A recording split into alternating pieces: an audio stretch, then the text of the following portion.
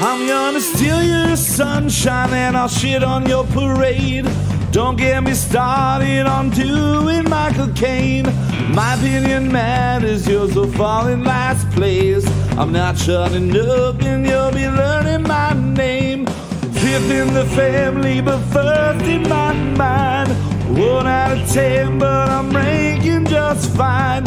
We've only got now, there's no afterlife. Look, Mom and Dad, I'm just speaking my mind. Everything's coming up Kyle tonight. Everything's coming up Kyle tonight. Everyone's coming on Kyle tonight. Wait, what? No, nobody's coming on Kyle tonight. Everything's coming up Kyle tonight. You can't shut this mouth, but you're welcome to try. I only stop talking to drink, smoke, or eat and cry. I'll never shoot up, gonna talk till I die. Gonna talk till I die.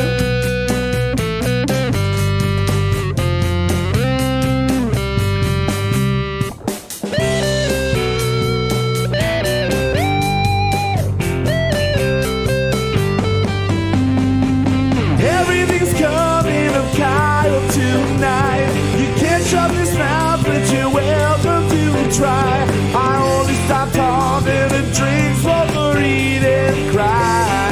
I'll never shut up, gonna talk till I die. Gonna talk till I die. Gonna talk till I die.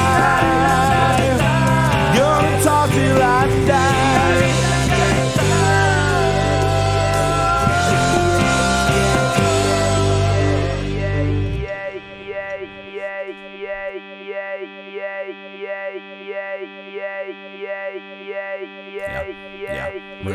Yeah. All right. Yeah. Sort of. Yeah. Yeah. Uh-huh. Yeah. Maybe. Okay. Possibly. Cool. Who knows? I don't know, dude. Never know. I don't. Do you? No. You don't. What are we talking about? Maybe. Cool. Things.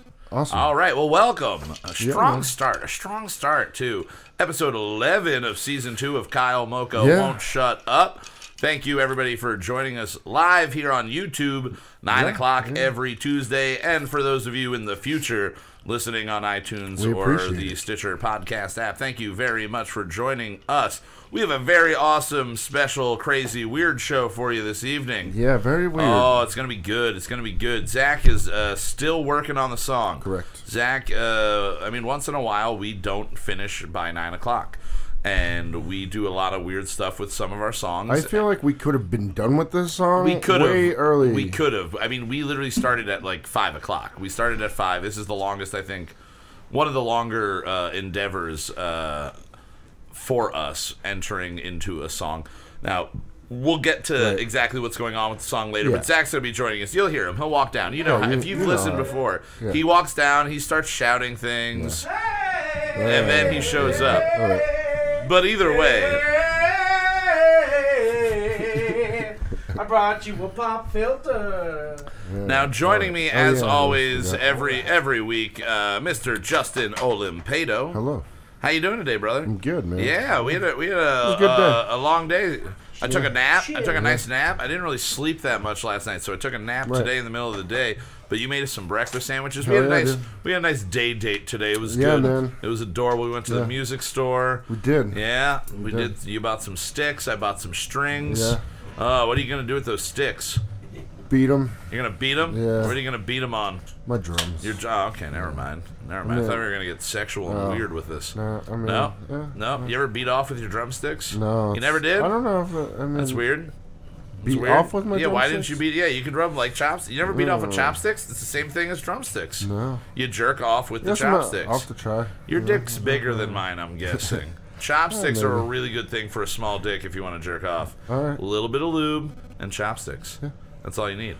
Well, you know what they say about mocha dicks? Yeah. They're small, but they don't work. Yeah.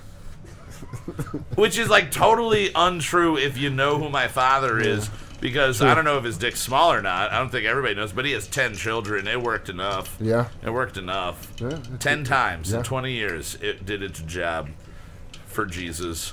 It made an army. Jesus. It made an army for Jesus. Yeah. Speaking Hallelujah! How is that going for him? Pretty good, actually. My sister had her baby. We talked about this last week. Number 15. My 15th niece or nephew. So that. yeah, number Jesus 15. Christ. She looks beautiful, healthy, everything went well, so that's awesome. But we are still in the middle of a population crisis, Mochas. Yeah. What are you doing?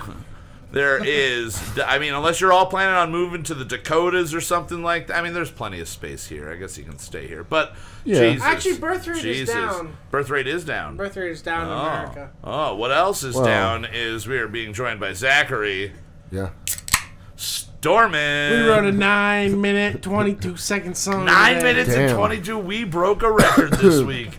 We didn't hit 10. I just didn't have enough time. This is going to be good. This is going to be amazing. Now, what's going to help make this amazing is we do have two wonderful guests in studio with us this evening. We have Mr. Mark Slacky. Yeah, what's up, everybody? How's it going, brother? Welcome. Oh, yeah, we give applause now. We give applause. Talk back into that microphone Yeah, talk again. back in. Let's give a little talk into that. Let's give a Yeah, little live talk check. back. You need to bring that a little bit closer. A little bit closer to you. I got you. Yeah, a little bit closer to you there. All right. And we also have Yeah. the second Trimboli Yeah, that you we've guys had are on gonna the have to pass show. that. We have Mr. Joe Trimboli Jr. Yeah. Wait, I'm taken back. This is, you call this a studio? This is a studio. This is The gold room, bro. Once we hook up the microphones and put the headphones on, it's a studio. And When you we just take gotta the deal mics with down, it's a crack house. Hey, it's a crack boat. Is that why you got the water boiling all the time? Yeah. It's a crack houseboat. Always boiling. It's a crack houseboat, Tommy Lee Jones. It's the Sailing new down. edition. I want to get that. Will, if you're listening, you need to make us a crack houseboat Tommy Lee Jones shirt. Fuck Justin, No, I think Pennsylvania. it's Justin Sucks. Justin Whatever, Sucks, fuck Pennsylvania. me. Fuck Justin you. Sucks, Pennsylvania. One dude in Wanna hang myself. some middle of fucking Pennsylvania, middle of Pennsylvania, some Just guy getting that's just all like this- getting all this mail. They're like, I don't know. They're like, you're the worst Justin in Pennsylvania. So we just assumed that this was all aimed at you. Sorry if it wasn't. Flowers. A lot of Pro Flowers. We're brought to you by Pro Flowers this week. Pro Flowers, the only Is that thing like you need. prolapse? Yeah. It's the only thing you need when you have a prolapsed anus and a cock ring. You need Pro Flowers to make the day go well. Well, I've got 2 out of 2 of those. You got things. 2 out of 2.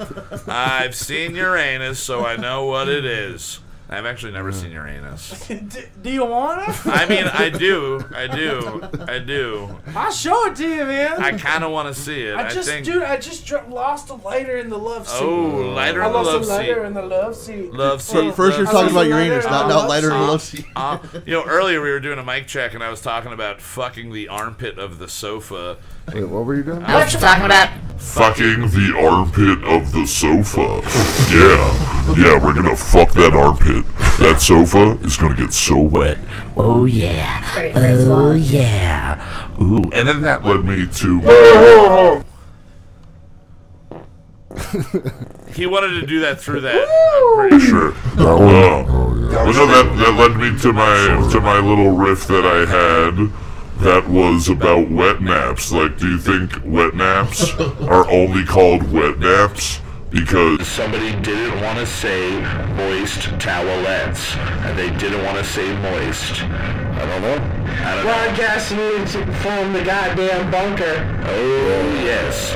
Everybody listening right now has no idea what the They fuck have is no going idea on. what's going on. We got a new board last week, so Yeah. we like fucking around with it. It's got a lot of different settings, so you're going to have to deal with that from time to time, all right? Yeah, That's just- we'll actually figure out It's things what's to going to use it happen. for. It's going to be good. It's going to be useful for something, but for now, it's good for just fucking around. Yeah. But yeah, my whole idea was wet naps. Is it only because someone didn't want to say moist towelettes? And then I said that I took a wet nap this morning.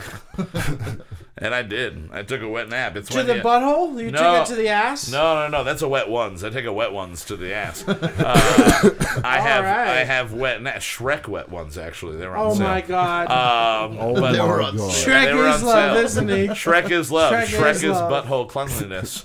Shrek is life. But yeah, wet naps. It's when you really want to take a nap, but you really got to pee, and you decide napping's more important. And an hour later, all of a sudden, it's a wet nap. Yeah. It's not a sexual thing in any way. All right. It's just a wet nap. Hey, speaking of naps, I want to talk about this. I had the craziest dream last night. I think you're going to say I took the craziest nap. 4.5 hours. No. Almost a full Dude, sleep. this shit is crazy. So you know what a lamprey eel is? Or a hagfish? No. Google it. Hagfish? Bring it up. It's a sucker I know a couple of fish people I would with call a with hagfish, and now round I'm mouth. going to. And it Ooh. sucks on the fish. Ooh. So look at the mouth. Oh yeah. Okay. Does it look like a prolapse anus? Is the whole thing just No, like, not whoa? look at that's a hagfish. I need a lamprey. Lamprey. fuck I think I saw that in a movie once. Lamprey. It's Lamprey, listening to yeah. us. It's listening to us. It knew. Whoa. Look at the mouth of the lamprey, right? Whoa. I had a dream. That is the prettiest butthole ever. Dude, see, like it's a circular, crazy sucker mouth. I had a dream. That's the yellowest yellow of a butt I've ever seen. Jesus Christ. You should see my anus later. Anyway, We I already had talked this about fucking it. dream where Is it bleached? I was watching like found footage video. Somebody showed me this footage. It was a bear with that as its head. Damn. Whoa. That would be fucking. It was Oh. a bear, like in the woods, but it didn't Really? have a face or ears. It just had the fucking crazy ass lamprey mouth and was covered in blood. A sucky bear. Yeah, sucky a bear? sucky bear, dude. Ooh. It was science. the craziest fucking Damn, dude, dream. they fucking I'll do never get it out of damage. my head. Look at That is great. So they're pretty small then. Okay. I was unsure of the size of these things because that fourth picture over it makes it look like it's fucking Yeah, giant. that's right there. Okay. Damn. But Yeah. as a bear, dude. Can it imagine suck on that. both ends or just one end? Just one end has Ooh, suck. that would be. in. That would not be a fun thing to have attached to the end of your wiener. That would not be fun. I mean, it would make your wiener look huge. That's got to be fake. Yeah, That's got to be. It's covered in blood. Come on, that's. But gotta be anyway, fake. that was my dream last night, and it was fucking mind blowing. Like, Yeah, I don't want to be in that was dream crazy, ever. man. I'm really glad that wasn't my dream. What were you reading before you went to sleep? Yeah, what I what never put you in learned there? how to read, Joe. Were you researching lamprey eels at No, all? I watched a bunch of. I watched 7 hours of Gundam Unicorn last night. Okay. I watched Makes a the little entire sense. series. It was on Alright. Hulu, and I couldn't stop. Yeah, I was gonna say, were you on like Planet Earth 2 or whatever, just watching all that? No, getting just some weird stuff. stuff? Mecha anime. Speaking of weird things, I came Yeah. up with a new thing for the pitch. Yeah. Oh yeah. We have this idea for anybody that's listening now and hasn't But listened we in just the need to past. get Mikey. We Yeah. need to figure it out and actually. Yeah, we're gonna do the this show. idea for a show where it's gonna be we pitch an idea for a movie to actual like producers, writers, directors, actors, everything like that, where we just come up with an idea of like what would be a legitimately good idea. The original one for me was a 1960s era, Adam West era Batman movie, but Adam West 20 years later, so it would take place in the 80s, and it's done by Wes Anderson. And Wes Anderson would then cast Bill Murray as old Batman, Jason Schwartzman as old Robin, and Willem Dafoe as old Joker. And it would just be like he's been outed. Everybody knows he's Batman, but he's still just trying to be the Cape Crusader. Just hanging on. But he's just hanging on. But it's a Wes Anderson But it's film. Wes Anderson, so he's sad and depressing, like trying to get the whole thing back together. And Jason Schwartzman's like, I'm a dentist now. I can't go into this career anymore, you know?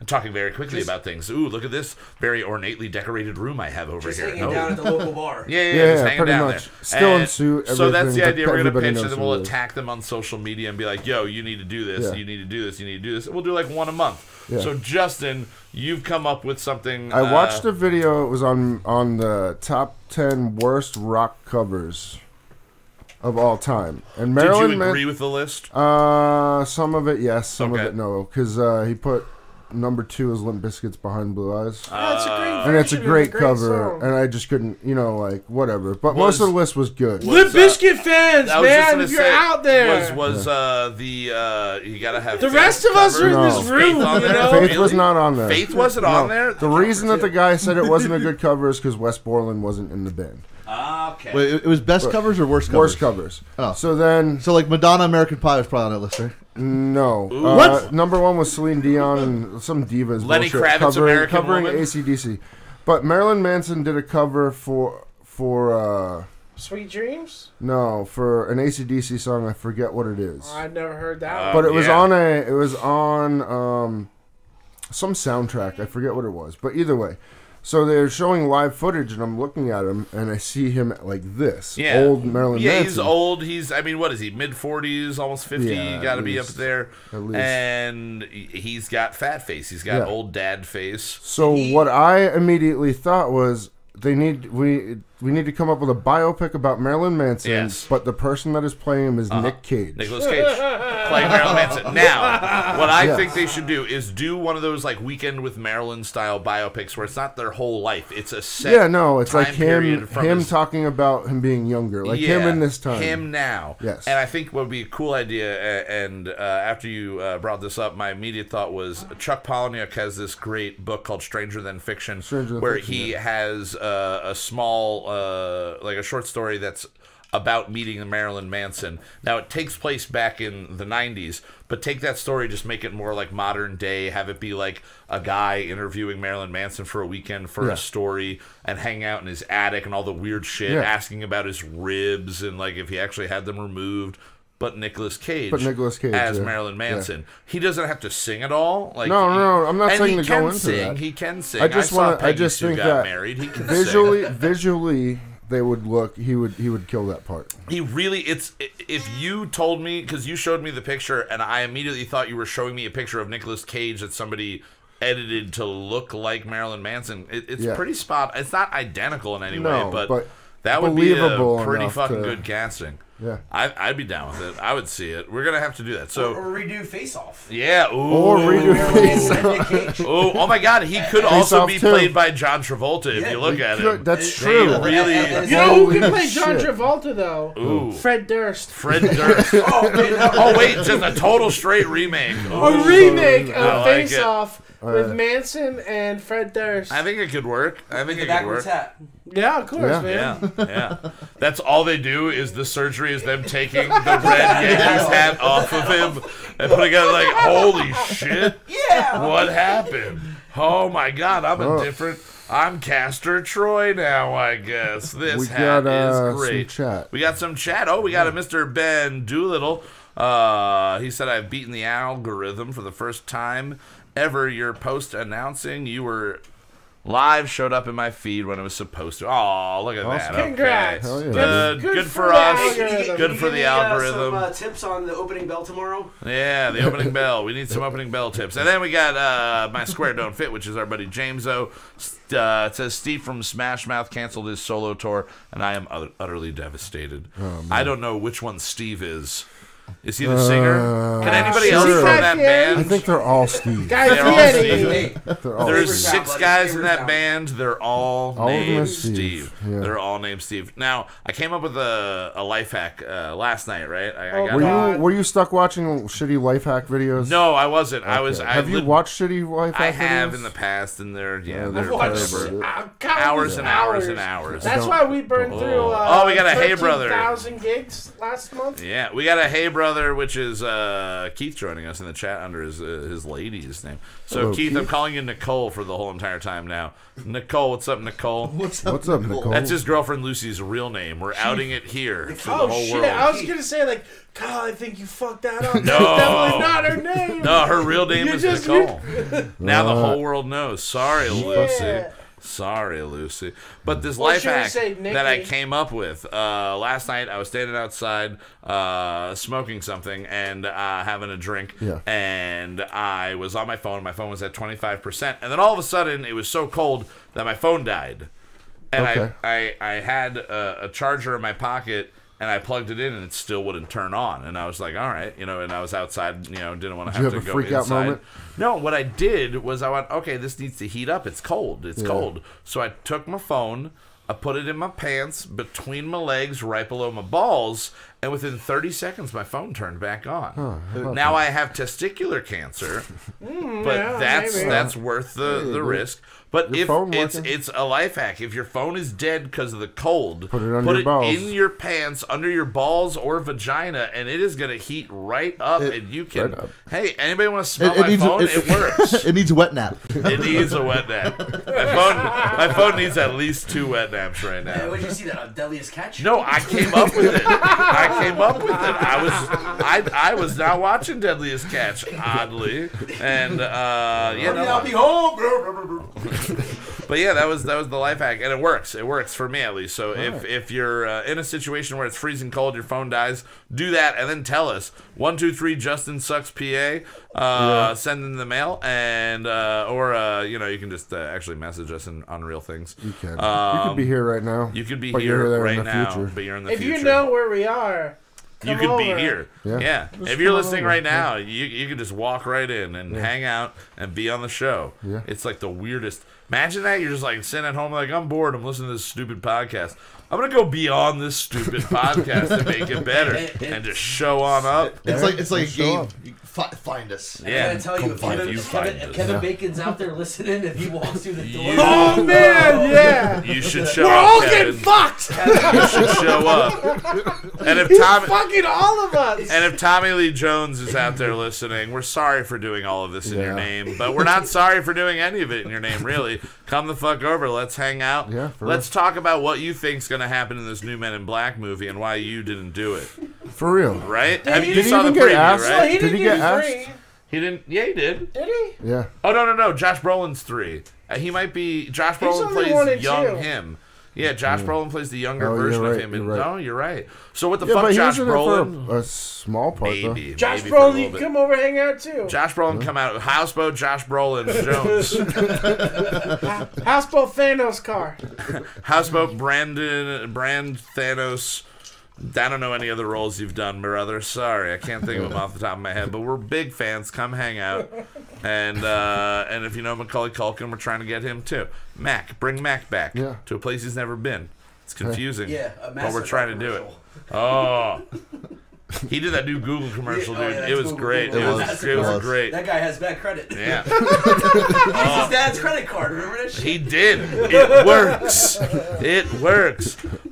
So today, the big news I was looking online. The big news that I saw today. Everyone's up in arms. Well, not everyone. The liberal media at least is up in arms over Trump buying the Clemson Tigers or whatever, a bunch of fast food. Yeah. He bought apparently $3,000 or 300 Big Macs or something like that, give a giant spread. Now, I immediately... Maybe that's what they wanted. Maybe that's what they wanted. Maybe it is. I heard they were happy with it. I wanted to say, my first thought is, do you think that athletes today in college eat that much McDonald's? Yeah. Oh, yeah. And they're college kids. They're college kids. So they still do.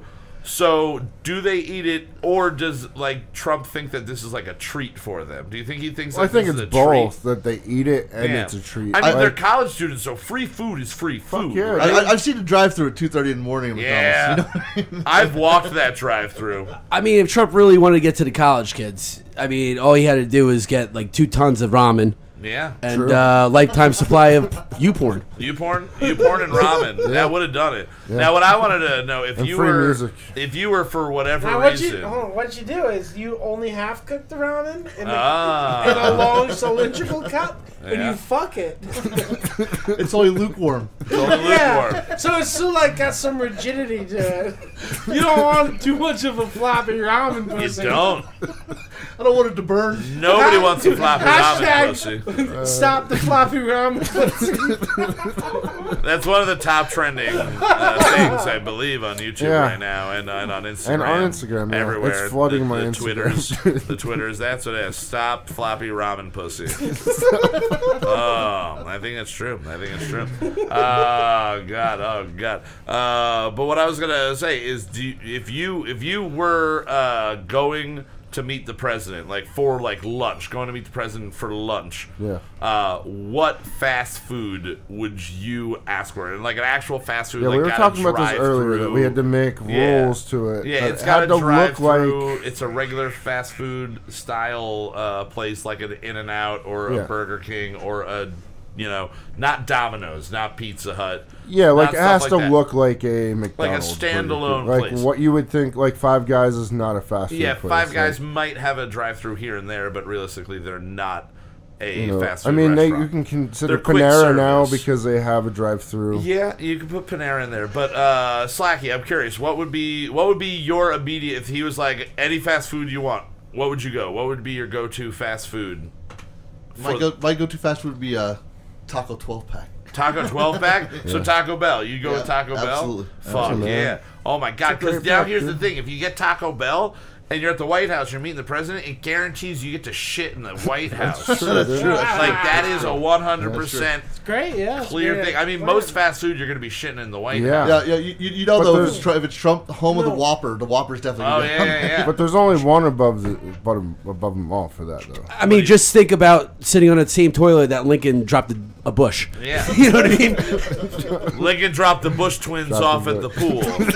Oh my! He made that reference Oh my back then. God. It didn't make sense, you know? It didn't make sense. Oh, dude. Now, Joe, what would you, if you could pick any fast food restaurant to serve the meal that you have with the president in the White House? Slacky says Taco Bell. What do you go?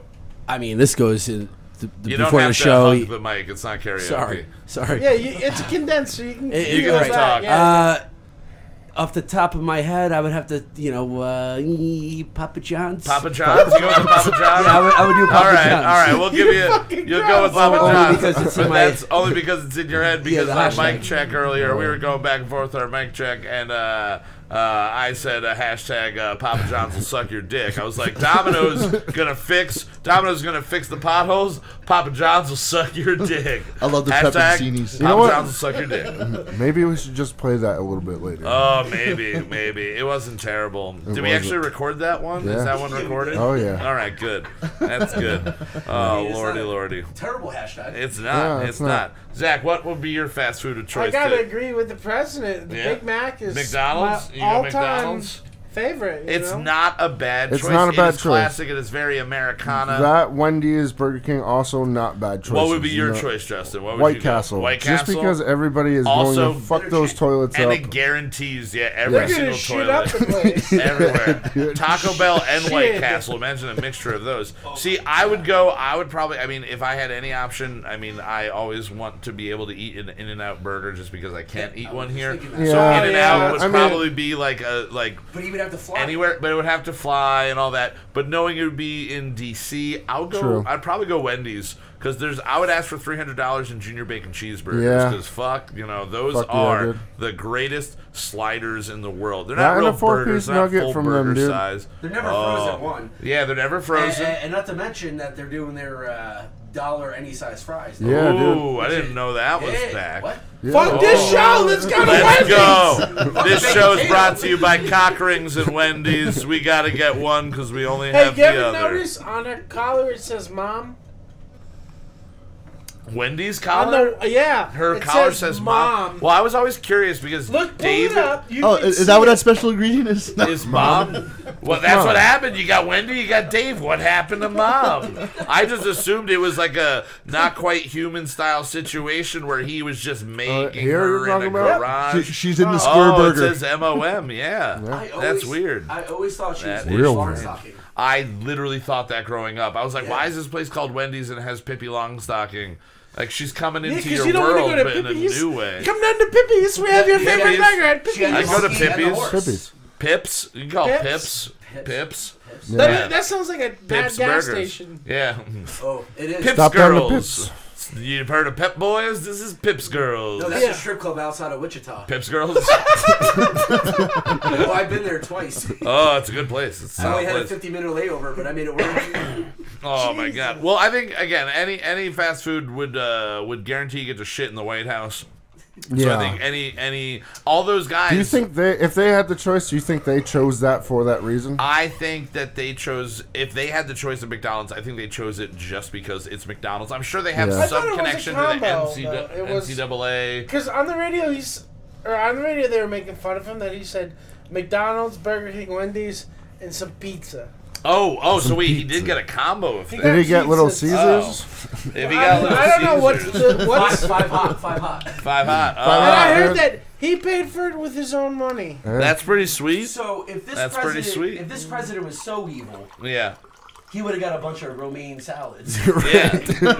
No, it Here's would a have been table iceberg. of romaine It would have just been lettuce. iceberg. Heads of iceberg lettuce. You know what? It's So all hate fucking him for what wilted you and want to nasty. hate him for. Love him for what you want to love him you know for. where we get our- But he did not give those kids heads of iceberg lettuce. It He could've. figures you. remain It figures calm. you wouldn't. It figures you wouldn't get Taco Bell though, right? Yeah, he wouldn't because he Yeah, wants no, to put a yeah. wall around all the Taco Bells. Taco Bell's gonna change the motto. That would be from sending- run to the border to climb the wall. Think outside the border. We're closing all Taco Bells, moving them to Mexico. That's it. Fuck you, I President. wonder if he hates Taco Bell. Oh my God, I can't see how he would. Look at his diet on almost anything. It's literally There was giant a- buckets of KFC and Big There was Macs. something that made all of his favorite foods, Yeah. and I forget what they were. Yeah, It's like some dumb shit, dude. But I'm thoroughly interested as to how somebody can eat like that, be that old, and still be going at Money. the rate that you He's go. rich. It is. Money. It's the Magic Johnson thing. They're just injecting him with yeah, straight he's cash. just like, no, yeah, it's just melted fucking gold. Uh-huh. They're just injecting him with Well, fucking then what's gold. Keith Richards on? Keith Richards is He's on on melted heroin. golden heroin. Yeah, when you mix it together, it's It's just- golden cheese. That's what they called it. Yeah, it's There's called gold Velveeta. in them hills. Those Velveeta commercials. There's gold in them there hills. I thought we should, at one point I thought that we should have dressed up because we all have, we're scraggly looking. We could look like those. Just dress up and go to Weiss and set up and just have a little Like the campfire commercial, and be yeah. like, what's going on here? We're like, oh, we're here from Velveeta. We're here for like a promotion and just there's gold and just be melting cheese and eating shit dipped into cheese all day long, offering samples and just see how far we can get before Yeah. they think that we're actually Maybe they'll even like, the we're liars like, we all right, are. you guys got the check. Like, we'll pack all the shit up. Be like, yeah, they told us that you guys were giving us the check and they were gonna reimburse you. And then we get the grocery store to give us like And then $40. Cash right out of the and Oh, 4 years yeah. later, we're all in jail. We're all for in jail. $40. And you heard it here first. For conning 8 Weiss markets out of $712.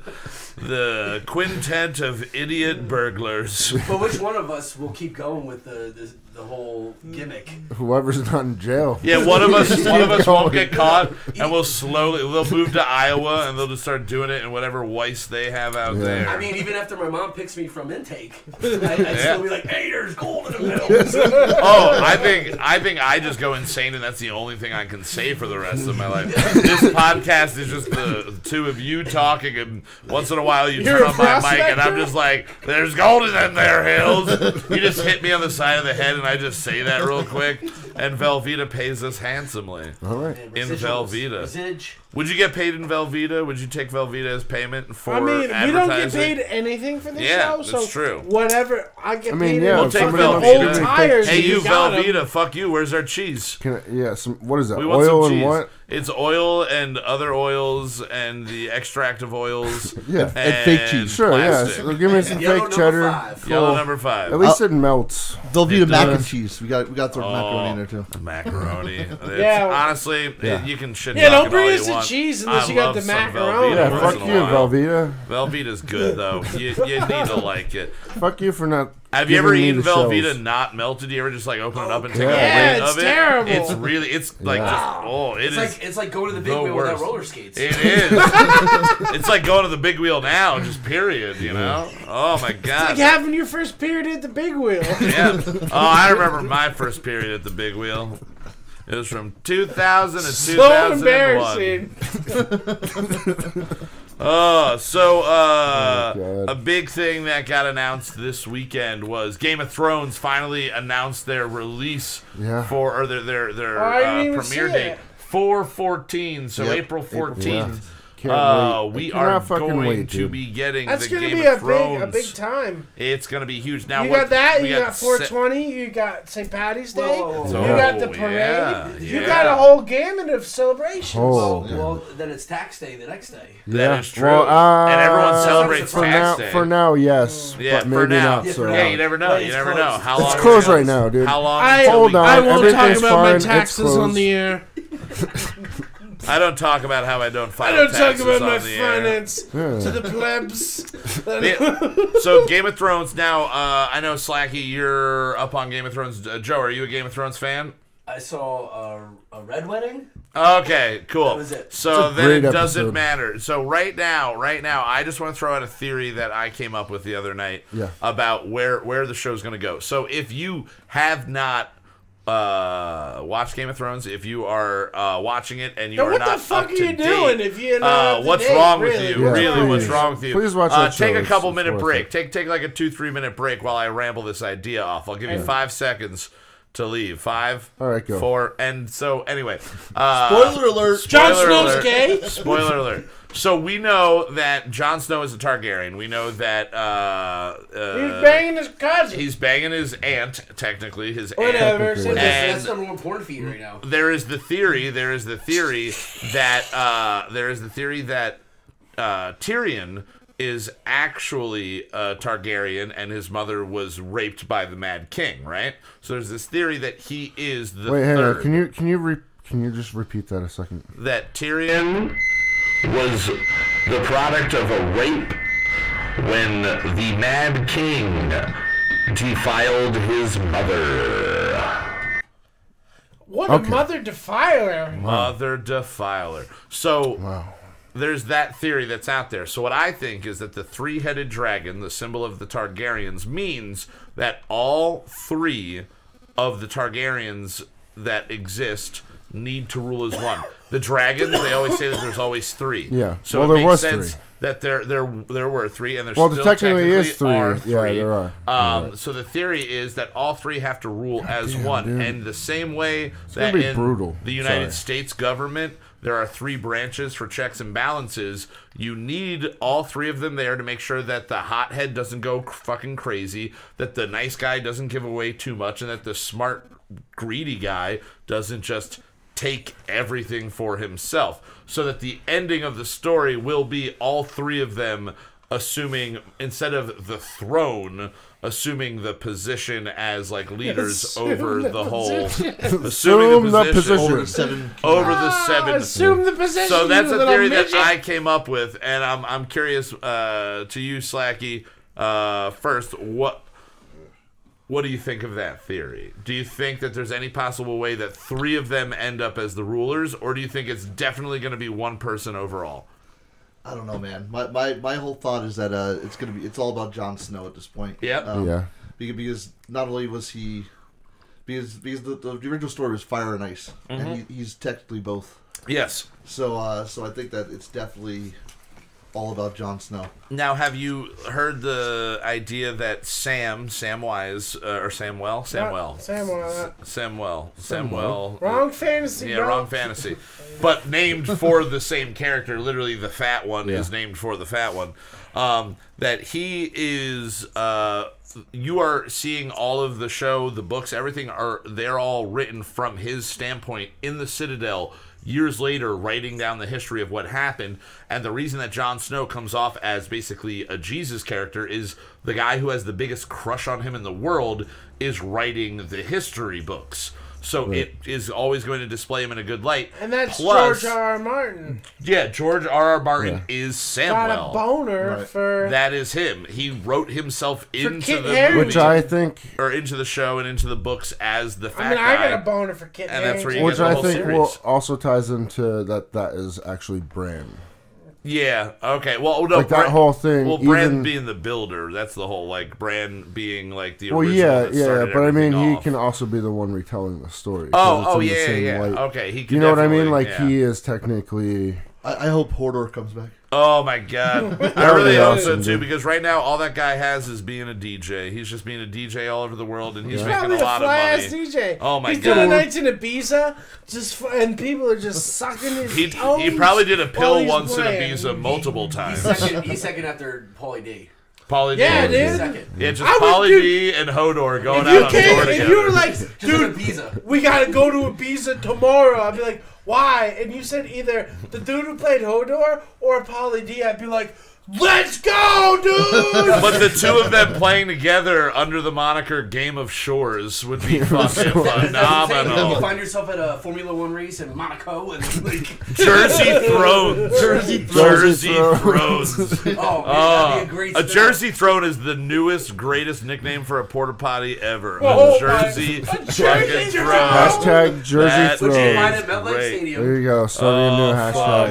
Hashtag Jersey Lord. Throne. Copyright that. Yeah, we gotta fucking copyright that. I Oh, already Lord. made a shirt. You did. You did.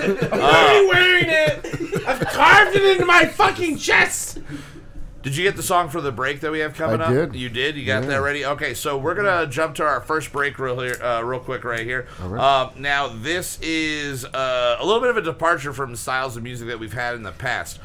This is a group or a solo artist that goes by Sweet Nest. So it's like sweetness, but the last S is a T, so Sweet Nest. It's a girl named, she ended the email Manda, but I think it's Amanda.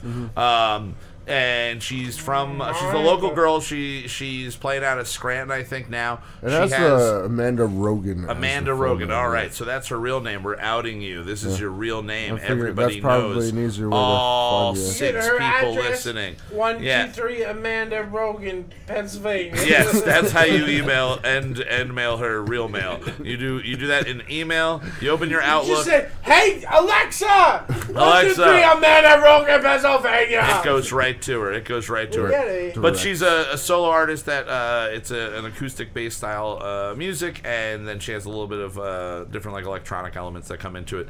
So we're gonna jump to this song, and then we're gonna come back and we're gonna talk about the fucking shit that we made tonight. Shit. Oh, the shit. shit. Sorry. Ooh, we gotta talk The about shit as shit. well when we Yeah. get back. Yeah. All right. So this is Sweet Nest. What was? Did it have the name of the song on there? Crossroads, right? Yeah, Crossroads. 031518. So this is from. Is the numbers important? Yeah, the That's numbers. probably I don't the think- date. I don't Probably think when the it numbers was are made. It's probably important a date. at Yeah, all. it's probably. I don't think. But she does have an album, an older album Yeah, that's called you're probably Until right, dude. Now. I'm That's an out. idiot. It's available on Spotify. You can check her out on YouTube, Facebook, and Instagram under Sweet Nest. So here is the single Crossroads from Give it Sweet to Nest. me. Give it to me. 03151. Oh, Don't okay, keep doing yeah. that. We're idiots. Yeah. Or at least I'm an I idiot. know. Alrighty. Where do we go from here? Are the lights too dim to see the road in front of us? Street lights and street signs are unreadable. We've got no map to guide us home through a compass in the lake again. I'm always at the crossroads, never finding home.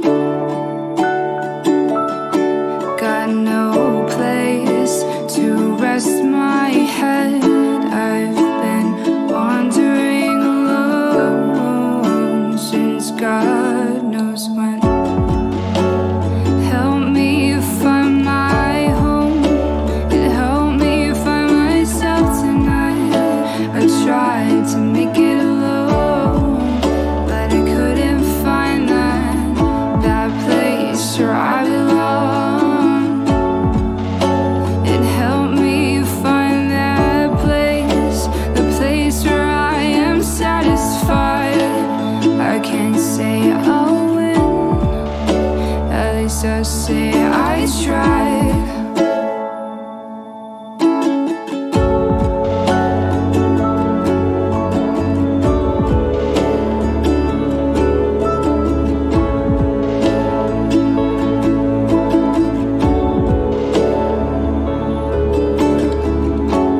Walking in the darkness of my own mind. For so long I was dragging behind you by your coattails.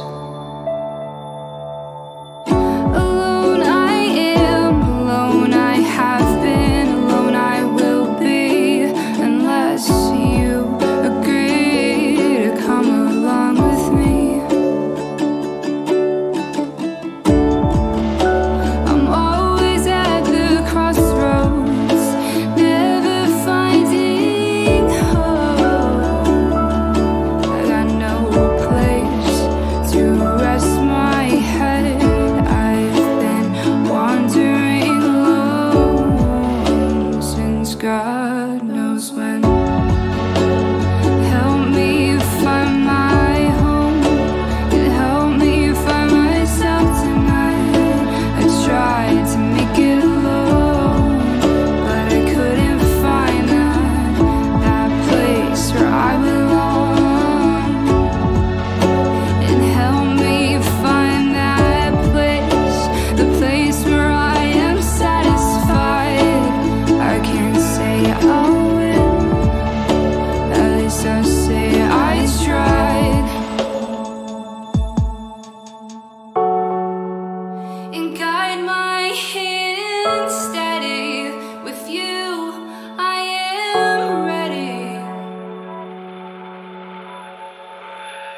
to face it all.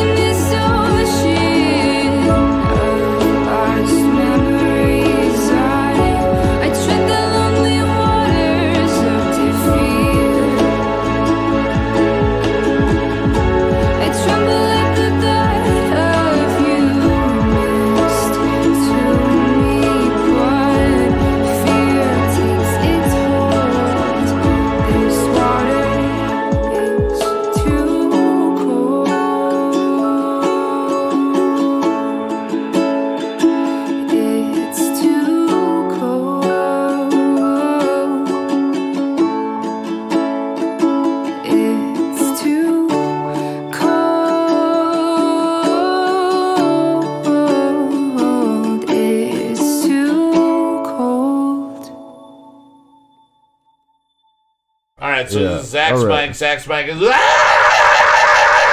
You gotta be loud. Yeah. You know? How about that microphone? I'm here. Okay. Hello. All right, now we can go back to dinner. I don't think this is appropriate, but I'm going to do it. Is that the crush? It's like the future of... The future? The future! The future. Flying cars and dildos for everyone. That's the future I Kyle, you have a public announcement? I have a public announcement. Yes, I do. Yes. Attention everybody. Free dildos will be given out at all Starbucks. All Starbucks with the purchase of 4 free coffees, you get 3 free dildos. Don't ask, just go. Don't ask, just go. Right now, run, don't walk, run! I'm out here. Yeah, dude. Oh, that was weird. Wait, after Eagles win, do you get 2 more dildos? 2 more dildos. If the Yankees score 5 runs or more, Papa John's will suck your dick. Well, good thing we have a lot of home run hitters. Just use the code Papa John's will suck your dick. Oh, my God. All right. So that was the song Crossroads by Sweetness, followed by our sound check from earlier. That was good. That was a good one, I'm glad we saved these things. What was that promo code again? I think it was hashtag Papa John's will suck your dick. Tonight we're brought to you by Papa John's. And don't forget to go to Starbucks for your free 4 coffees and your free 3 free dildos. That's what you get. Yep. That's brilliant. Sounds like a pretty good deal to me. I think so. Walk or run. Don't walk. Run, don't walk. All right, so this week we, as always, we're writing our Brunch Weekly single. Yeah. And I had been messaging back and forth with Slacky, and he had said that he would like to do either, you said like a Travis Tritt style song, or Travis McCoy or Bruno Mars, like. Oh, Travis McCoy, not Travis Tritt. Not Travis. I just read it as Travis Tritt. I've been working at the Cinder way too long. I saw Trav. I didn't even think Barker. I thought Tritt. It was McCoy. McCoy. Okay. McCoy. The real one. Okay. And then you said we're an Outcast style song. Yeah. So. I brought that. Well, we didn't do the first. We didn't do the first at all. Well, I love Outkast. Yeah. That's one of my. I seen Outkast live, and that shit was like one of the greatest moments of my entire. I had this fucking 300-pound girl on my shoulder. On your shoulders. Like, so I'm so as tall as the cat. Did you tell her that roses really smell like poo? We're watching Outkast, and it's like at a festival, and I'm in the middle of a field, and I'm fucking shit house. It's me and Charlie. Hey, you're shit house. Shit house, right? And this girl just taps me. She's like, taps me, and I don't even look at her. I'm like, yeah, what's up? And she's like, will you put me on your shoulders? I can't see. And I just was like, yeah, sure, no problem. And then I looked at her, and I was like, oh, shit. Like, this girl was fucking as big as me, dude. And I struggled. Well, it's very gentlemanly. But you know what? Of you. I was so fucked very up, and I was gentlemanly. having such a good time. Hence your back problems. Yeah, I was just like, I'm gonna do it anyway. I was like, I bet this girl doesn't get lifted up much at shows because nobody lifts me up at shows, and she's the same size as me. And I'll lift you up at a show. I'll lift you up. And then he used the hashtag Papa Johnson. I gotta tell you, when I was living in Southern California, I went to Ludacris opened up. It was Exhibit, and then Outkast with their stage presence. I've never seen. It's amazing. I've never seen anything like this before. I've never gotten to see them live. Dude, to be honest, all of a sudden in the middle of a song, the guys flop down on the floor on all four, like spread out, like you're watching. What are they making, like snow angels? Yes, on the stage? like basically that's what it looks like. Okay. All of a sudden, the backup dancers, wearing next to fucking nothing, to be honest with you, do a backflip right into a humping style. Oh. And they grinding. Jesus Christ. Yeah, that's when I knew. That's some live performance right there. Yeah, that's how I knew. That's when you knew that you should have been an Outcast. Oh, yeah. Dude, You wish. I was being grinded. Like, the discs in my back were They grinding were grinding. together. Oh. She took that literally, man. She grinded She ground you down. I was shorter after a couple songs. I was just like, 3 songs all right, later and this 2 is acid good. flashbacks This is later. good. And she's like, thank you. And I was like, you know what? And one I wet nap. hope like I made her. And then you said pay it forward and got on her fucking back. I guarantee she's doing her own podcast somewhere right now in Nebraska talking about you and how she rode your neck. It's called... I'm not good about myself, you know? Oh, Lord.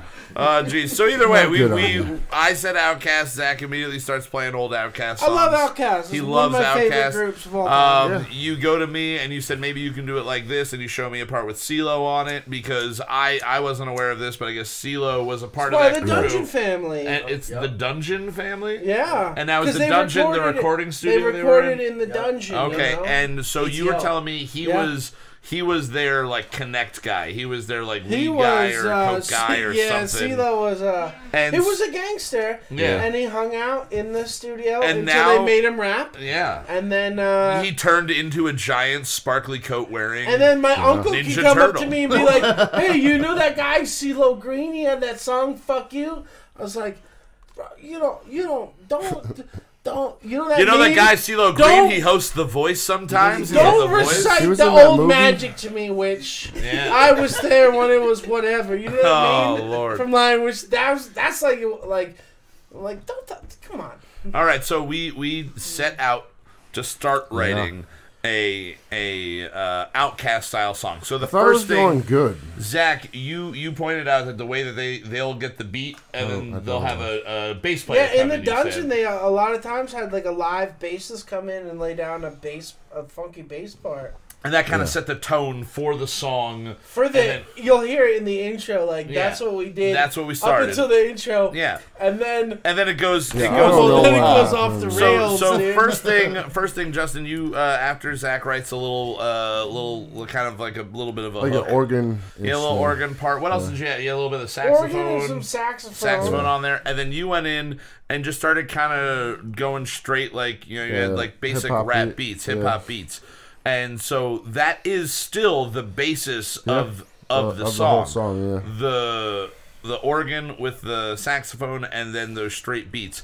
Now, Zach, about I don't know, maybe like an hour into it, you turn to me and you turn to us and you go, okay, this started out as an Outkast song, and originally I wanted to write a Beatles-style song. Well, I said and it now sounded we're like writing a Beatles song. Oh, yeah, you pointed out it sounded like a Beatles. Because we started just playing every fucking thing. Well, we could every fucking Well, I percussion looked at instrument we Justin had. after I put the bass line in. I looked Yeah. at Justin. I was like, "You should do some bongo parts." So he picked up the djembe, put the djembe part in, and then I was like, "I'm gonna do some bongos too." So I did some bongos, and I'm like, "Oh, Kyle needs to do something. You should do some."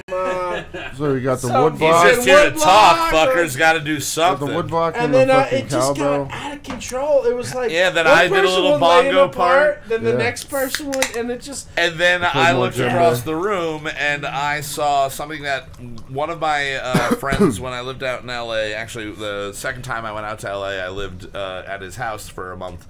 And he... What? The Canyon? He came. Canyon?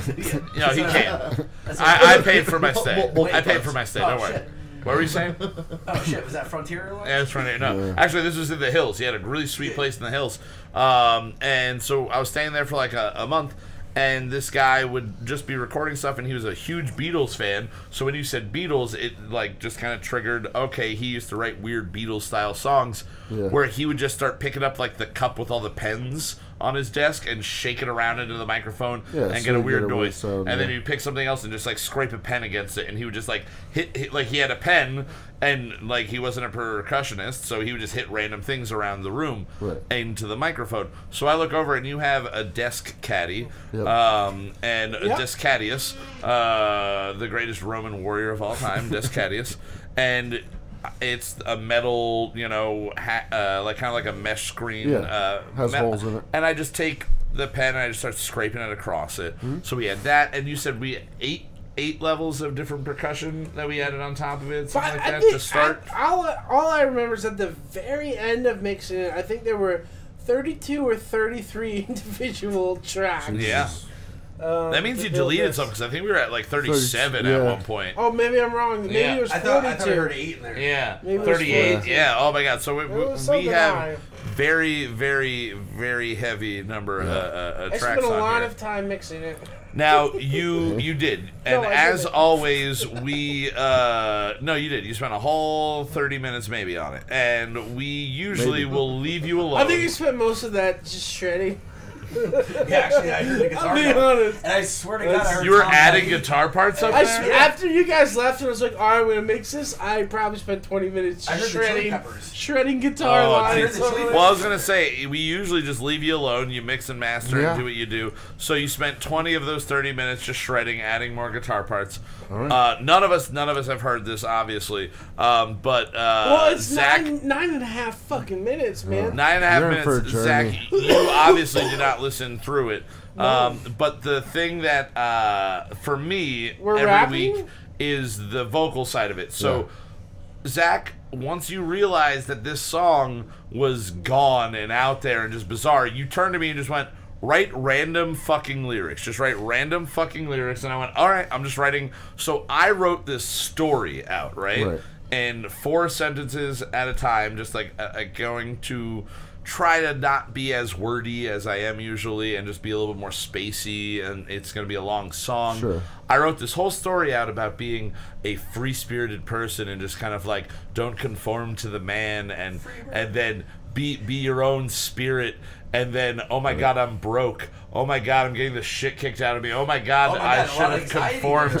Yeah. So but it was the story of a person going from being like, yeah man, just like the world and it's free love and all this stuff, to like, oh my god, I'm homeless and fucking addicted to crack, basically, by the end of it. So I had this whole idea for a story written out, and then Zach starts recording some rap parts. He goes, oh, I have one part that I already had written. And since Slacky's here, and Slacky is the, if you don't know, Mark Slacky, host of Slacky-Oki Karaoke. The godfather of local karaoke ever since karaoke stopped doing it. Because you're the only 2 guys that have the balls enough to put your name in the business right there. That's right. Karaoke, Slacky-Oki. Barry-Oki also existed for a while. Yeah, that's remember Barry? Yeah, but he was Funtime Entertainment. He was Funtime. He didn't really call himself Barry-Oki. No. He should have. No, that's what we called him. Yeah. Oh, wait, that was a joke? Oh, I legitimately called him Barry-Oki to his face. I'd be like, Barry-Oki! He loved me. And then that old couple that would come and play. Oh, my God. Tambourine. The tambourine. Oh, that was absurd. Great times. Dude, the lady died. She died? Yeah, dude. Tambourine girl died? Yeah, the old man came in one. Dude, this is still a job. This was a weird situation because he looked 20 years younger than her, and you couldn't tell if it was his wife or his mom or his older sister or whatever, but he looked like he was maybe 60 and she looked like she was 80, like clearly 80 years old. Yeah, dude, it was probably like a year and a half after they stopped having them. He came in one night and I was hosting karaoke, and it was Wednesday night, whatever. Yeah. And he came in and was like, he's like, yeah, my wife passed away. He's like, shit. I'd like to sing a song, though. I was like, Absolutely, man. Come on up. You're like, yeah, here's the tambourine. Too soon? Are you singing Hey Tambourine Man? I feel terrible about playing tambourine on the song tonight. There is tambourine on the song in honor of this lady. Sorry, she was posthumously and post recording. It is done I think he was there trying to get laid. Oh, I like it. Man. Yeah, but unfortunately there weren't many 90-year-old women there, and that's her style. The ARP money. Oh, ARP. Oh, dude, when I was a kid, I thought that stood for American Association of Retarded People. And I feel really bad about it. But how many like, people when did I was you little, tell I that that's what really, it stood for? I really thought it was that. It didn't come with a helmet. It didn't. I felt terrible. That is about the it. express written view of Joseph Trimboli right there. That is not any way anything to do with Kyle Mocha Won't Shut Up. This song But it did come with a short bus. That is the express written view of Mark Slacky and Kyle Mocha Won't Shut Up. Thank you. So either way, we go to the lyrics. You had already written a verse. You had written a verse, and you were gonna rap. And you had written it since Slacky's coming on. You were writing it about Slacky and Slackyoki. Yeah.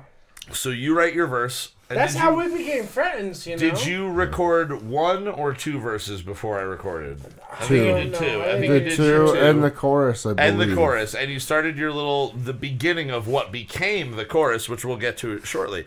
Now, you did that, and then I wrote kind of, after writing a whole song, I got rid of that. And then I started just writing, rap style lyrics. We're also ahead of the game going now out. for the next song. We are. I have a whole song that maybe one day you'll hear. If you hear a song that's about the transformation of a... Because that was all based on the fact that you said a jug band. And I went, all right, I'm going to write the story of a depressing guy in a jug band. Yeah, I never used the blowing in the jug. Yeah, we've done that, though, today. We've done it today. Because what else were we going to do? You can't blow across the open pint glass. Yeah, we tried, it doesn't make too many noises. Yeah.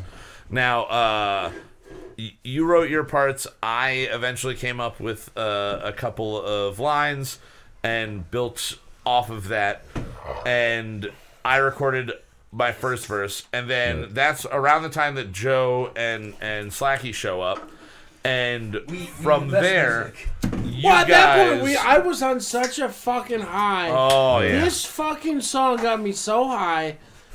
You know what I mean? Just on we kept creating, and every time we made a part, we're like, dude, let's do this. Yeah. And I was just going and going. They came in, I was shredding some shit. I was like, jump on the mic. So I gotta say, this collaboration is fantastic. It is from what we've heard, it is absurdly awesome. It's the hillbilly Backstreet Boys. It really is. I'm cool with that, I'm man. alright with that comparison for this life. is Judd, Jed, and Judd. Hey, now I have a question before we play the song. Yes. Because I don't want the answer after. Okay. Is there a way that we can get you stuff so that you can have it for karaoke? Is there a way to convert that? Wait, we would have to take the vocal lines off and then write out the lyrics and have a video with the lyrics for him to do it. Yeah. They're all recorded in what's called a CDG format. But I mean, if I figure out how to do that, I can get that. Absolutely. Yeah. If we put in CDG for gangster, I assume. Yeah. Absolutely. If we just show up with a CD and a giant G written on it, will that work? That works. Yeah, or just email it to me and I'll just add it. We'll figure it out. We'll get this song available for karaoke. This will be available. If not, I think Joe nailed it on the head. This should be your entrance music. Yeah, absolutely. You're a huge WWE, WWF fan, so why the fuck not give yourself your own entrance music? Right, absolutely. And we'll start just playing it. Lift a belt over your head. Have smoke machines. Just fill the whole cinder with smoke. Everyone will feel at home. Ooh, I have one question for That's you. because everyone smokes, not that everybody's house is on fire. Actually, my brother Dom brought up a question the other day. Are we bringing back the championships? Ooh, championship's coming back. Yeah, could you do a Slacky Oak? Championship. You know what? That's a good thing to talk about in the next break. Yes. I didn't even think about that. In the next segment, we will talk about that and the possibility of opening that back up because that was a great thing. And also, we'll get to what your brother and I created back in the day and what you and I reignited.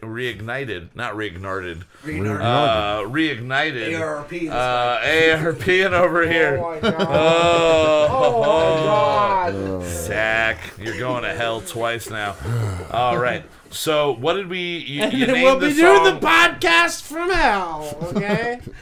All right. I thought we already were. Bring a coat. Bring your coat. It's going to be warm. Because you see that, like, oh, it's hotter than hell. Oh, it's colder than hell. Colder than hell. Is hell hot or cold? Hotter than hell. The fuck? Colder than hell. This is stinkier than hell. This is sweatier than hell. Yeah, this is smaller than hell. In hell, you're hot and cold bigger at the than same hell. time. Anybody got a wet nap? I guarantee this is wet nappier than hell. Mosquito, yeah. Hell is full of mosquitoes. Oh my god. All right, so we named the song Shid. Shid, dude. Now, can you go, before we jump into the song, let's talk about Shid. Shit, man. What is Shid? Shit, man. I don't know. It's a new way to say shit. Instead of shit, it's Shid. Shid, and I was obsessed with it all day. It came from, you know what I mean? If you fucking laid tracks in the toilet, you shitted up that shit. Shitted up that shit. Shitted up. You know what I mean? Like, if you're so it's work, cutter speak. It's cutter if you're at work and you're trying to hence the hillbilly Backstreet Boys. Hillbilly Backstreet Boys. Man, you shit Can we just be the Cutterman kids? The Cutterman kids. We can just be the Cutterman kids. Cutterman crew. Cause I want it that way. My Tell cousin. me why you ain't my sister yet. Let's go to the race. Oh man. All right. Well, that's a good introduction for whatever the hell this song wound up being. You're welcome. All right. Thanks So for being let's jump here. into the So song. stick around for the next 9 10 minutes. fucking minutes. 9 minutes plus. 9 don't minutes hear this plus. song. This Jesus song Christ. is epic. It features a lot of rapping from both Zach and I, Justin on drums, additional vocals from Mr. Mark Slacky and Joe Trimboli. Yeah. We'll be back in a couple minutes. This is Shid. Like 10 fucking minutes. What the fuck?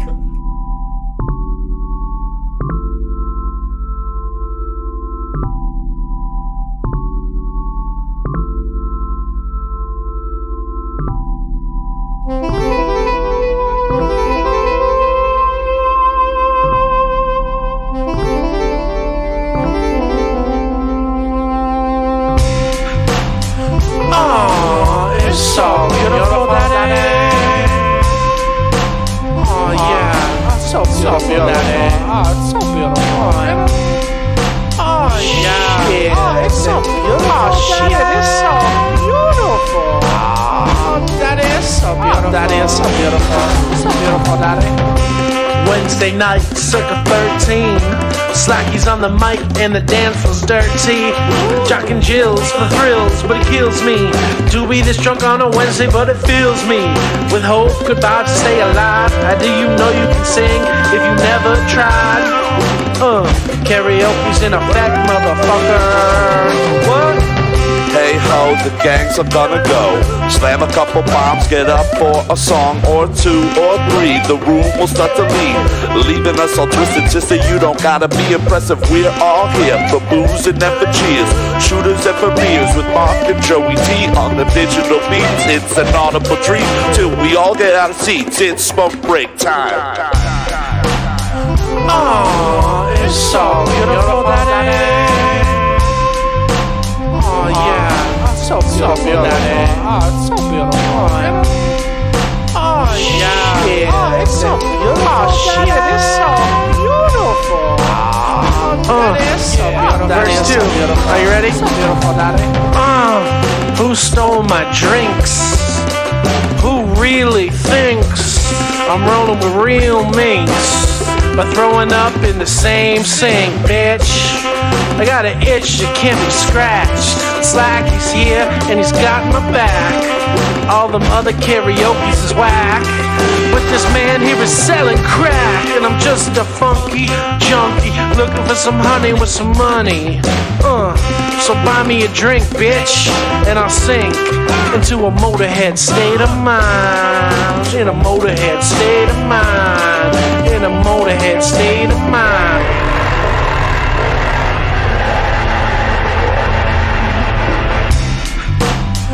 Oh, it's so beautiful, daddy. Oh, yeah. So beautiful, daddy. Oh, it's so beautiful. Oh, yeah. Oh, it's so beautiful. Oh, shit, it's so beautiful. Oh, that is so beautiful. That is so beautiful. So beautiful, daddy.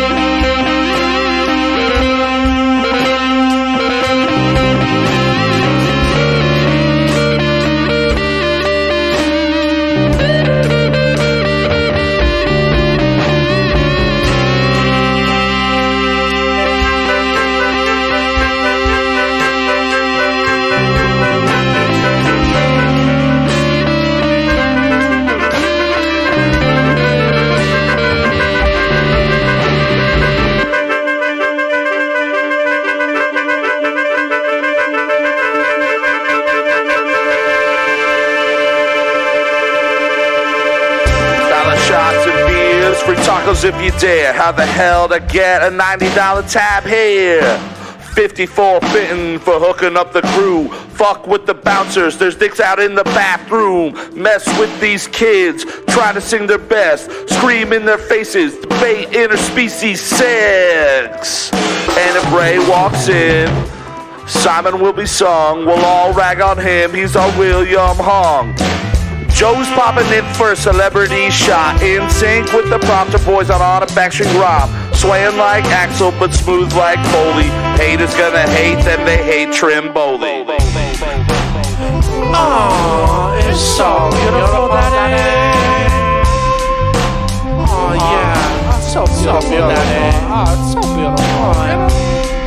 Oh, yeah. Oh, it's so beautiful. Oh, shit, it's so beautiful.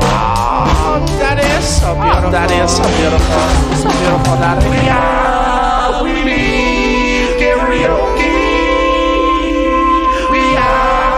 We need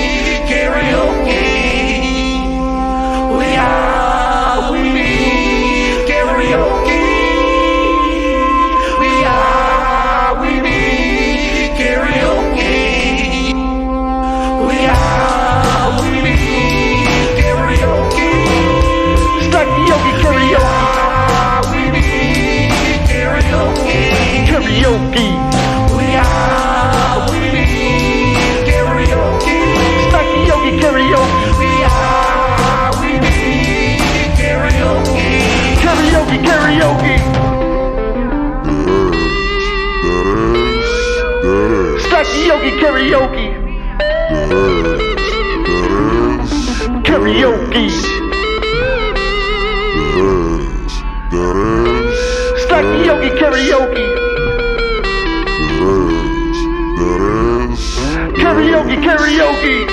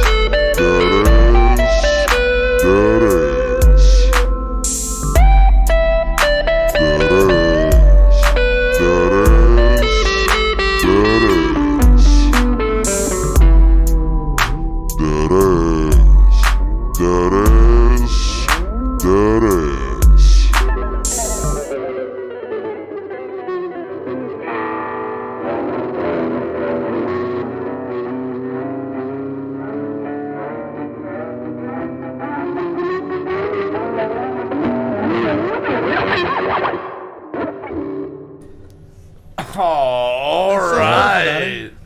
Oh my God! That's the song, guys. That is the song. That's what it was. I want to thank. I was right. I when was we went surprised live, that. I said there's 6 people listening or viewing right now live. How many do we have? None of us took bets or anything, but I we still thought, have all we would 6. I have thought we would one. have 3, maybe. Wow. 3, maybe. That is proof right there that song. Yeah. It's a good song. That is So, a would you like record-breaking it song. for your intro, or would you like it to be a You could karaoke set up song? to that. You play that twice, you're set up. That's 9.5 minutes. And I also feel like because tones weren't correct and it's all wonky and everything, people that might be afraid to go up and sing are gonna hear that and be like, "What the fuck is this?" It wasn't made. It wasn't What made the of cinder. It wasn't made jocks, which it should be. I love it. Yeah. My theme, Might as well do my theme karaoke in the music. graveyard. Yeah. Now, I mean, we definitely, in that song, lyrically, which we didn't really go too much into what we were talking about lyrically before we play the song, there are a couple of things I want to bring up that we discuss. The first, Zach, at one point, there's a slower part, and you kind of sing, I mean, you remember the lyrics that you sang during that part about the Stairway to Heaven? Oh, do you remember that time where Keith did Stairway to Heaven and we all walked out? So those are the lyrics there. If you didn't get that, the lyrics are, do you remember the time that Keith did Stairway to Heaven and we all walked out? Right. I don't remember that time. I do. It was literally all of us that are in this room. Keith went up. He didn't. We're outside smoking. Yeah, we heard the first 7 seconds. And we're like, all right, fuck this. And all of us went outside for the entire 7 minutes of the song. It was just that's a good smoke break. Absolutely. Because back then I was still smoking cigarettes, so I was like, oh, this is a perfect song. You got for your a smoke Campbell break. wine. Yeah, you got to go out there and take 9 minutes. What the fuck is Keith thinking? This song is more than half of it is instrumental solos. Well, why would you do this? Well, that does so he could go have a cigarette. That does segue me to something that I failed to bring up in the first segment. What is Keith thinking? This is a new segment we're gonna do now. It's called Keith thinking? What is Keith thinking? Oh God! I'm gonna actually. I'm just thinking of this right now on the spot. Okay. From now on, there should be a song. I'm gonna ask Keith. What is Keith? We'll come up with a 15-second. Can I have the first? What is Keith thinking? What is Keith thinking? What is Keith? Oh yeah. And then just cut that from this week. Yeah, that's Daddy. the theme song now. Okay. Oh yeah, Daddy. No, you got to do it with a Ring of Fire background music. What is Keith thinking? Thinking. So Keith, this week on the first ever installment of What is Keith Thinking? Yeah. Keith messaged me the other day, and he said that he has a theory about the band. It is a good theory. The band Weezer. All right. Ooh. Now, I grew up. I love Weezer. Weezer is one of my favorite bands, if not my favorite mainstream huge band. Well, I hear that River Scorn was a piece of shit up until a certain point, and now he's a little bit better. Either way, I mean, he was pretty wretched on the video game awards, man. Oh, that was fucking bizarre. They do a lot of free shows that was now, fine. so it's like... Yeah. Well, I'm what Keith's theory is... Keith's theory... Well, can I just say that I'm going to believe that this is a correct thing, and every time... It is... Well, I'll talk about it after, but I'm just going to go by... Immediately once you said it, I Can we hear agreed. the theory? The theory... No, the theory is you can't. is that Weezer came out in 1994, right? With their first album, and that was the Blue Album. Right. Right? So, that's not the theory, Joe. That's a fact. You don't have to think about that. Debatable. They recorded it in 93, but whatever. I'm sorry, I was all caught up in Nick Nolte movies. All right. It's a good thing to be caught up in. He's an enjoyable character. Another 48 hours. Another. Oh, no, not more. So the theory is their first album's the Blue Album, and after the Blue Album, which doesn't say Blue on it, it's just a Blue Album that says Weezer. Yeah. They released... I think people dubbed it now the Blue they album. are going on their fifth album that is a colored named album. So they had the Blue Album, which is 94. Around 2000, 2001 was the Green Album. 2007, 2008, they have the Red Album. A couple years ago, they come out with the White Album. And this year, they're coming out with the Black Album.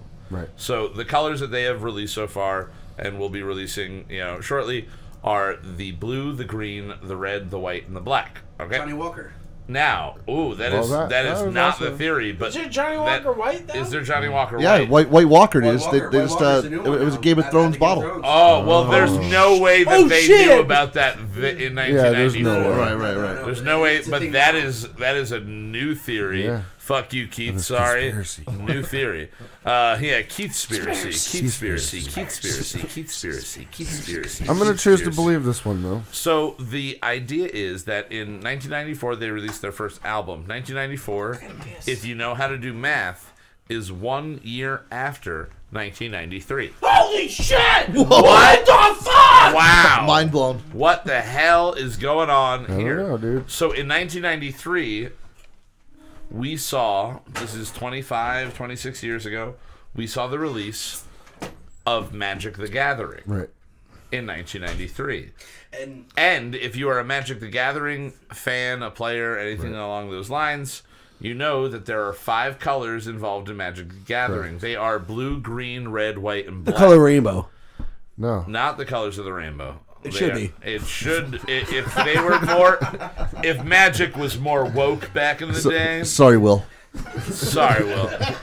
Hit me with your bro staff. Your game ain't woke, Will. Now,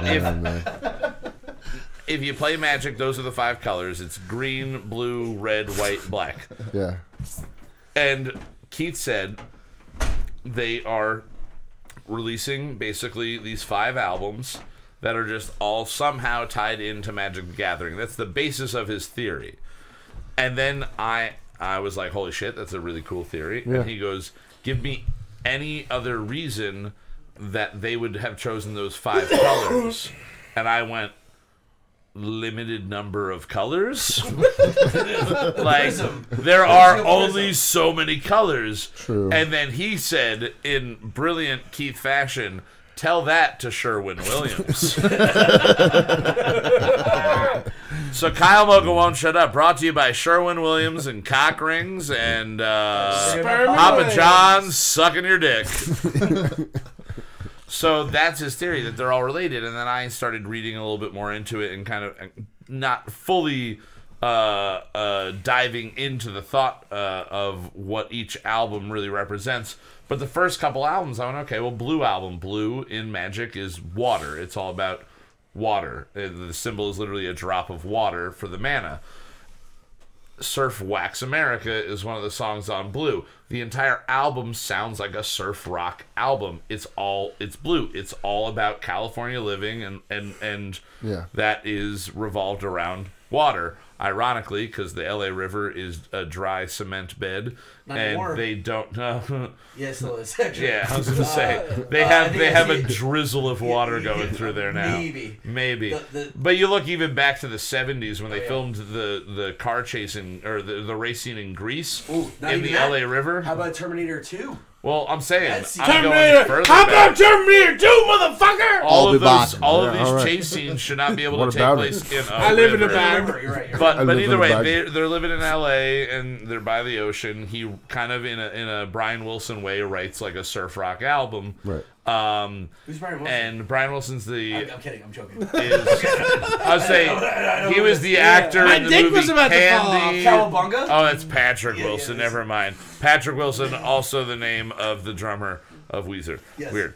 Whoa! Full circle. Conspiracy. This fucking hole's getting way deep. So the first album is. Do we all come back to Kevin Bacon? Oh, Kevin Bacon, where are you? Why aren't you at the door? Why aren't you here, Kev? He's what still the fuck? And bring Macaulay Culkin with you. I know he is. Macaulay Culkin. Did you say Culkin? Macaulay Culkin. Culkin.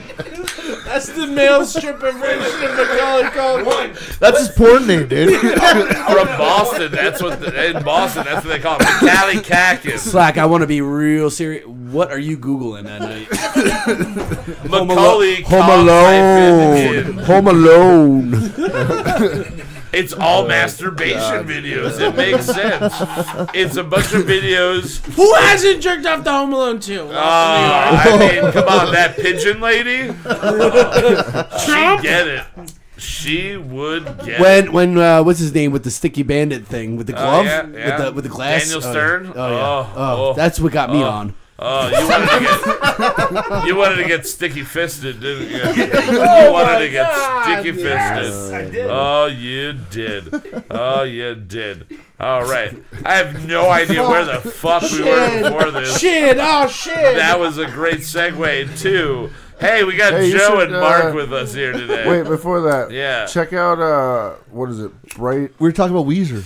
No, I was talking about the Weezer theory, yeah. All right, so let's quick, and then we'll get to what you were just about to say, Justin. So the Weezer theory, if you then go to the second album, the Green Album, Island of the Sun, Hash Pipe. Hash is green. Island of the Sun, greens, palm trees, everything like that. So it kind of makes sense. And then I got basically reasoning-wise as far as the Red album. But Island is the could Blue also be Man is blue. actually blue. It's called Island. Yeah, they have. Yeah, you're right. That is true. That is true. But I mean, so it's forest though, like forest, rivers type shit. Like, but I was going more like initially off hash. True. So a hash is green, Brown. it comes it's from green shade. It's all derived from I green. give it to you. Does the Red album have a song about lava? No, they don't. But they have a song. This is me reading into it artistically. They have a song that is called "I Am the Greatest Man." Artistically, with a hard R. With an L. That's the only time a hard R is really appreciated. You're right, But the idea that "I Am the Greatest Man That Ever Lived" is a song that is just about him kind of being flamboyantly over the top, like let's feed into the ego as a joke, and it's kind of a very. He gets more angry at himself on that album, and anger, like he kind of apologizes for being a piece of shit. They had goblins on that album. They had goblins. That's a red deck thing. But either way, so that's where my research kind of started. But Keith came up with the original theory, so we'll give all credit to Colorado Jones, Keith, Puke, Chief, good on you, Queef, Mocha. Yeah, I like the theory. I like it. I'm gonna believe that's what it is. It's a good idea, and seeing that in the garage on the first album starts like it has. I've got my Dungeon Master's Guide. I've got a 12-sided die. I've got Kitty Pryde and Nightcrawler 2. He's a huge fucking nerd. I would not be surprised if he got way in on the early level. Probably. NSA. And, NSA? NSA. Nas. That's NAS. Not safe at all. Oh, not safe at all. That's NSA. You don't give NSFW, not safe for work? Not you safe have for also NSA, not not safe I at don't all. get the- This podcast is not safe to listen to Yeah, at all. No, this is ridiculous. Danger to your health. All right. So either way, that theory is a great theory. I meant to bring it up earlier. Good, I like it. I thought it's. But tonight we have our two guests. We have Mark Slacky and Joe Trimboli joining us. Yeah. Now to not be a dick in any way, but originally it was just supposed to be Slacky. I just got voted off this fucking island, which apparently Weezer owns. Again, don't need to eat the microphone. But he's used to it. He's used to eating that You're right. Zing! Either way, zing. I wanted to bring Slacky on here because a couple weeks ago he said, "Hey, fuck you! Why have I not been on your show yet? Put me on your show." Basically, Yeah. he just yelled at me. I invited myself first. And I was like, "Yeah, let's do it." Yeah, when are you good to go? And we're good to go. And we were just waiting on our other guest that's going to be on next week, which we have Will McGrath coming on. So he's going to come on and chit chat. Wow! And it's going to be. I didn't know you guys were coming on until like 10 minutes before you showed up. Did it blow your mind? Yeah, I was like, song. I was like, what? Awesome! It blew his mind. It blew his mind. But Slacky, everybody that I know that knows you mostly from either call it Jock and Jills or Front Row. Yep, most people. Yeah. Most people. Now, how long were you there? How long? Like, did you start working there in college, or were you there after college? After college, I started working there. I worked there for like 9 years, I think it was. Okay. I started there when it was Front Row, actually. So were you like right towards the end of Front Row? I worked at Front Row for 3 years, and 3 Jock years. and Jills for like 6. Okay. Now, when it all switched over and everything, It was weird. It was super weird. Yeah. I mean, for everybody going there, it was weird because Front Row, for anybody that never was able to go there, I think that's just me. People listening in the future that are not from our area, it was a sports bar. Yeah, is the most vague way of putting it. It smelled like puke. It smelled like lovely. puke. There were cigarette butts The ground was stuck black to the all floor. the time. Yeah. Just stuck to the floor. There was a tiki bar with the bitchiest waitress or bitchiest bartender and the most cranky bartender ever. Probably. Yeah. So it was Rocco. Rocky. Rocky and fucking Elaine. Like they both just it's like they hated being there, but they were my favorite bartenders working at that point. Like they were phenomenal. But it was just a dark, dirty, dingy hole that only had one bathroom for men and women at that point before the remodels. Yep. And the greatest thing about this bar was they at that point still had live music regularly every weekend. Huge stage, right? The duo played all the time. Jim Roberti played a lot. Postal was always there. Like it was a Steve great McDaniels. Steve McDaniel. Like everybody played there, and it was phenomenal. But my favorite thing, and that the one thing when it got remodeled and purchased and reopened that they got rid of. I know what it is the fucking pizza window. Yeah. Fucking The good goddamn fucking pizza And it window. never made Love the any pizza window. sense. Both Ever. parties made out. Every night, the bartenders passed 2 to 3 pitchers of beer through the window to the guys in the pizza place. The pizza place passed a couple of pies over to the bartenders so they could have free food. Everything was good. And then they sold pizza by the slice or by the pie to the drunk idiots after they closed the kitchen in the fucking bar. Yeah, all right. So Like, the it was bar the most- wasn't losing any business at all. and it was helping both, like, the bar's not having people leave to go next door. They're still drinking our drinks, but eating their food. We Absolutely. don't have to pay anybody. It was the most brilliant thing ever, and It was I a did dumb move. not understand the closing of it. Well, the whole reason why it started that they closed to begin with was because when Jock and Jill's opened, they wanted to have the kitchen open till 2:00. And I forgot about that. Yeah, the that was plans the were original actually that they thought. were not only going to be open till 2:00. It was going to be open till like 5:00 in the morning. Yeah. Because they were going to open up the Open cafe. up the cafe up until 5, for so late they would night take food. all the Did drunk they actually people. do that for a little while? They Yeah, tried. yeah, for like a week. 3 weeks, and there was a huge fight, and that was it. Yeah, of course, dude. Like, what yeah, the fuck? no, it's the worst idea ever. It's a great idea, but it's the worst executed thing. That's why Philly Pub makes out, because they stay open till 3 o'clock in the morning for just free. Everybody till 3, get your shit, and then we're closed. Yeah, of course. Shut it off. Shut it off. So you're going through customs. Yeah. So you stayed with the transition. A lot of people left. A lot of people stayed. You became a Jock and Jill's Grace O'Malley's employee at that point. I did. And then, at what point did you start doing karaoke? And was it your first endeavor into doing karaoke? Doing it for Barry? It absolutely was. I would be bouncing every Wednesday. They started having karaoke there. It was the first time karaoke was ever at Jock and Jill's or Front Row. Really? They didn't have it before at Front Row? Never. At Front Row. And that was when they had 2 different people kind of alternating back and forth at that point? At first, they started off with karaoke. Karaoke. Not officially named Barryoke, I'm finding out. Right. Way to go, Kyle. And they Fuck brought in, me. All right, they were having every other with the older couple then. Yeah. After that, after a while, they Elaine actually came up to me one day because I'd be bouncing, but I'd get up there and sing like 2 or 3 songs, and Elaine was like, "Did you ever think of?" Because I used to DJ Front Row and stuff like that. Okay, so you did have DJ experience prior to that. Yes. Okay. So Elaine was like, "Did you ever think of doing karaoke?" And I was like, "Not really. I never thought about it." You know what I mean? Like, because that is the two. Like, you can DJ and you have the ability to get in front of people and sing a song. Right. And doesn't matter. The thing with most karaoke people that I've learned, it doesn't matter if you can sing or you can't sing. It really doesn't matter. It just get up and sing. Yeah. And honestly, in no offense to you, the thing that I always have thoroughly enjoyed is you've gotten up and you've done songs that are not in your natural register. Songs that you just get up and fucking go, I've never really fucking done this. Fuck it, I'm winging it right now because I heard it on the radio or whatever the reasoning may be. And you get up and sing, and it makes the whole room way more comfortable with getting up and doing something they've never done before.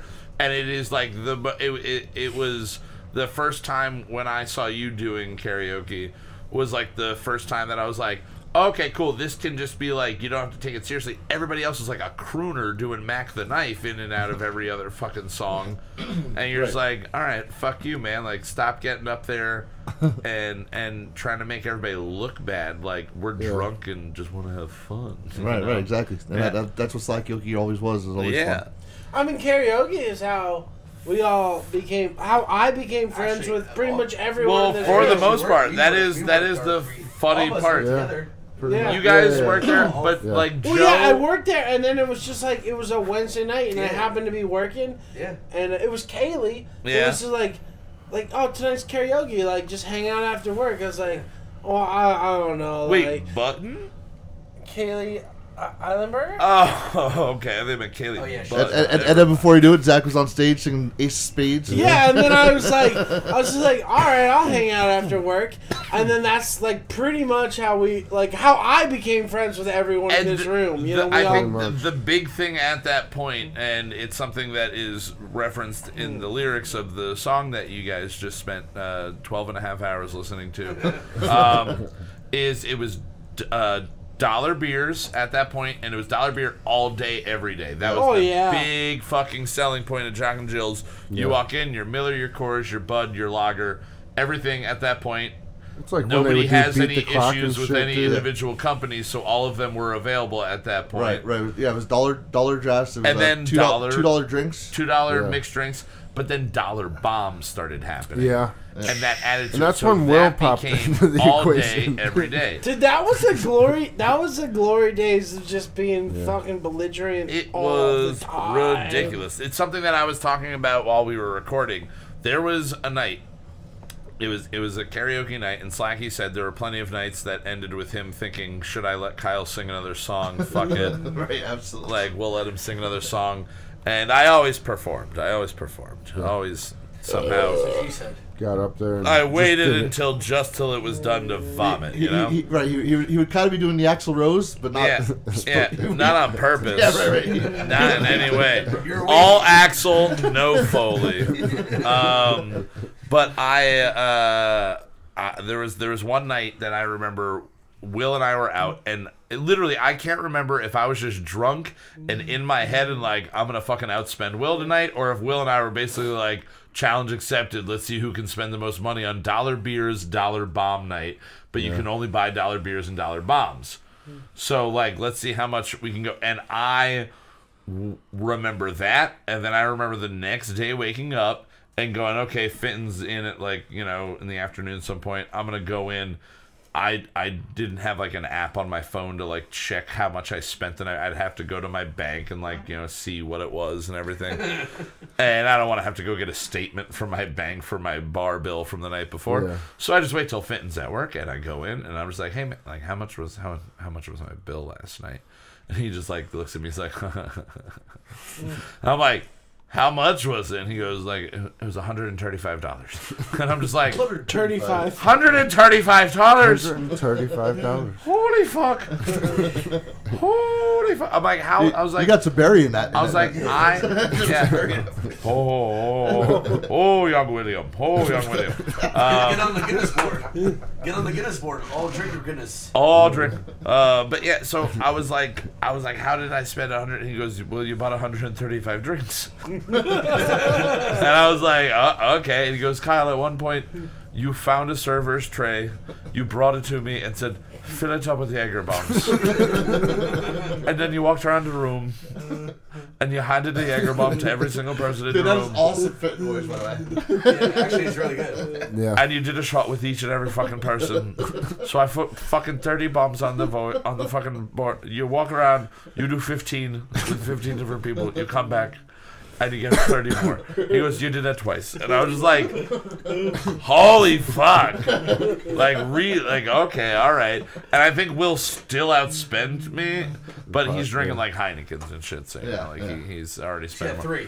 He's got, Yeah, and then you guys would be doing those bear claw. What were they called? Oh, bear fights. Bear fights. Yeah. Oh, a bear fight. Which, if you don't know and you want to kill yourself right now, go to Floods and order a bear fight. Go to any bar. I don't know if they do it anymore. And I think they will. I get them. The last time I got it was at Yard of Vale. They refuse to do it. I did a bear fight at Yard of Vale literally last year. Yeah. I haven't done it in about a year. I feel like I did a bear fight like but 2 weeks a bear ago. fight, correct me if I'm wrong on the order, but it is a Jaeger bomb followed by a car bomb.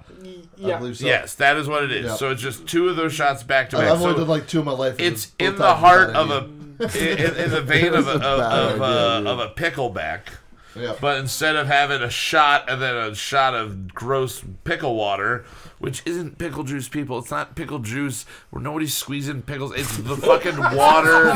Like you are drinking the salt sugar vinegar. water. It's vinegar. It's fucking. It's the brine, dude. It's but brine. it's the brine. I love it. It's so it's so disgusting. You're gross individual. No, for drinking picklebacks it. are not good. It's so disgusting. They're for women. Dude, I'll drink pickle juice. Just. Why don't you like just like I'll drink Jameson? vinegar, Why don't fuck you it. just like Jameson? Well, no, but I'm not. But what I'm saying is, I'll drink. I get done with a jar of pickles. I'll drink the juice. You're Hannibal Buress about it. You lick your fingers, you Yeah, dip dude, it, like- you flick it on your your fucking toast. Yo, have you ever been to the streetcar gross. or the sidecar in Philly? Sidecar in Philly? No, I've never It's been there. a burger joint, but they make their own pickles and shit, and they make different shots with Really? picklebacks. You know what I mean? From the actual brine. I mean, dude, how come no one Yeah, sells it's actually a really, pickle really juice? cool spot. Why, If you've why- never why don't been, they check just- out the sidecar. Why don't they just sell pickle juice? Like, Well, I mean, it makes sense. We were at the liquor store earlier today, and they had a bottle of simple syrup that you can buy, or Yeah, at that was Weiss at even. Weiss, It was yeah. at Weiss, so you can buy a bottle of simple syrup.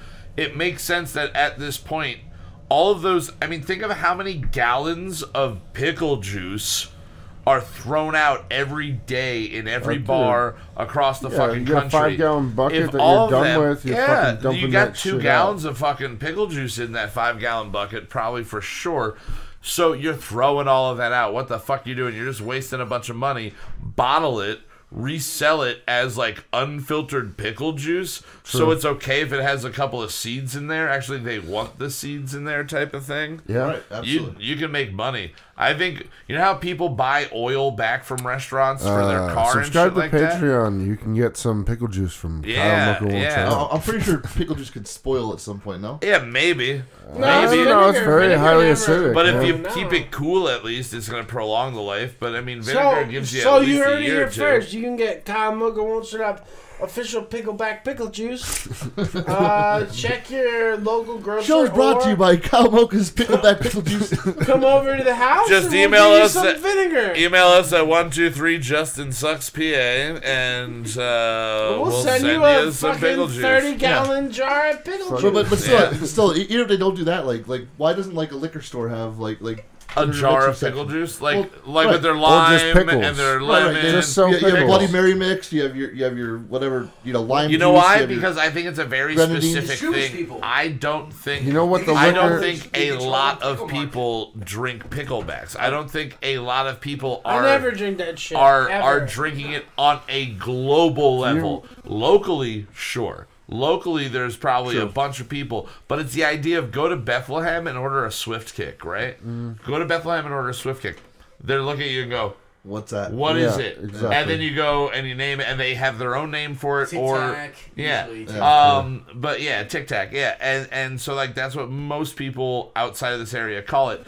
And then, like, we only really have, It's like McHale sauce. McHale sauce, yeah, that's another thing. That's I'm like sure very, somewhere else. Where do you guys has rank those ones? What? The McHale sauce is above the Swift Kick, or I mean, I think a Swift mean, Kick is a fun, great, enjoyable drink. Right, but McHale sauce but is McHale fantastic. sauce is the most simple solution to a problem of what sauce do I get? Yeah. Like Now, somebody else has had I to love have it. done What that I'm somewhere. really into, and it's probably named many other things, many other places. What's great about here is the bling.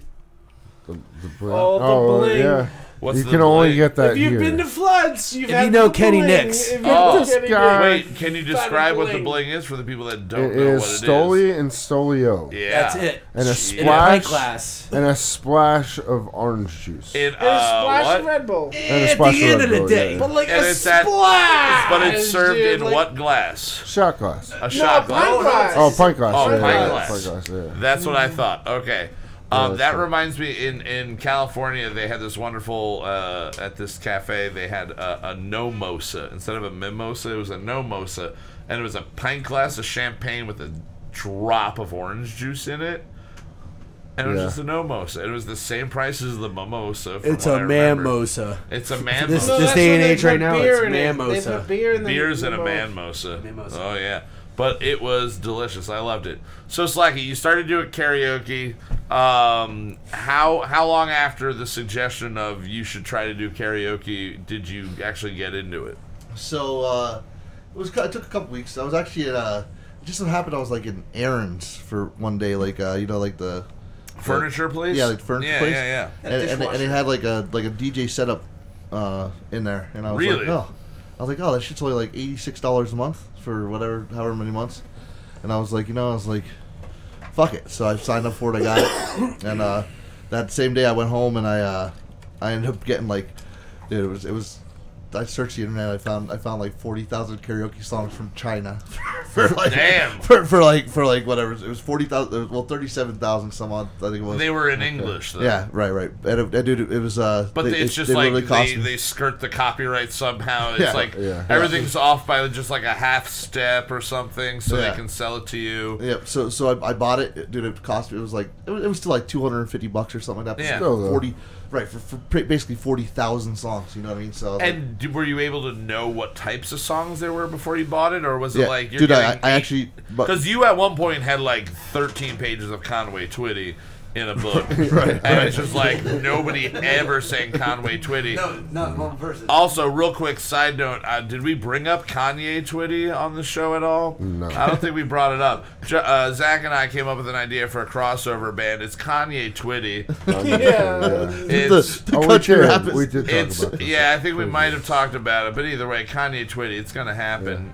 Keep your ears and your eyes and your mouths and your buttholes ready for it. Keep my butthole in your eye. Keep your eel, So- that little weird eel that you showed Yeah. us earlier. Keep your lamprey eel. So you yeah, get the 40,000 songs. So yeah, so that's where it all started. I went up to Lena and I was like, listen, I got stuff. I was like, I could do it. and she was like, yeah, she's like, well, let's talk to Barry. So I went to Barry. I was like, Barry, listen, I was like, I got the stuff. I was like, I enjoy karaoke. I was like, I'd be more than happy to start it here. He's like, well, he's like, Slaggy, Slacky. Slacky. We pay these guys. I'll let you do it, but he's like, I paid those guys $200. He's like, you've never done it before. He's like, I'm gonna start you out at $130 a night or something like that. And I was like, man, really? I was like, you're dead to me? He's like, he's like, well, yeah, but he's like, if you bring in the money, he's like, we'll talk about a raise. So whatever. So I was like, all right, dude. I was like, fuck it. I was like, it's $130 more than that paid anyway. And so, you're paying how much a month? $86 a month or whatever. Right. So one night pays for that. Yeah, everything absolutely. else is Right, profit for right, you. right. Were you getting a bar tab immediately included with that? Oh yeah, absolutely. Okay, Yep, cool. Yep, Then, yeah. Well, $130 plus $130 tab. You're well, good. it was right. It was beers. Beers. No shots. No shots. Beers, but your best friends work in the bar. Yeah. So that's where it all started. Double at jocks. And at first, like they put me into the rotation. They dropped the old couple, put me in, and then it was me and Barry, and then finally after like a month, they were like, okay, so here's what's gonna happen. This next month, we're gonna do. We're just gonna look at both your rings and see who brings more people and who brings more money. And whoever rang more money was going to get every week. And right. Did they tell Barry this, or did they only tell you this as an employee as well of the company? I don't know, to be honest with you. Okay. But either way, so I was like, whatever. So but it's a fair idea. It's a fair thought at that point. Like, sure. hey, we're gonna go with the guy who makes the most money. Right. So I think I put out some Facebook events or something. No, I don't think I actually went that far. But I tried to tell everybody, obviously, and they came out, and I ended up ringing more than him, and they ended up saying, okay, it's your show now. And then it's the rest is pretty much history. Now we've been doing it for 7, 8, it's like probably 7, 8, 9 years now. I guess. Close to 10. And honestly, like again, the thing for I think everybody that shows up is it is the least intimidating karaoke. It's just fun, and I think that has a lot to do with like the crowd that we all started, like when you first started doing it, and they were like, oh, it's karaoke, and it was, I know, like Justin was there early on. Were you working there at the point of karaoke beginning? Yeah.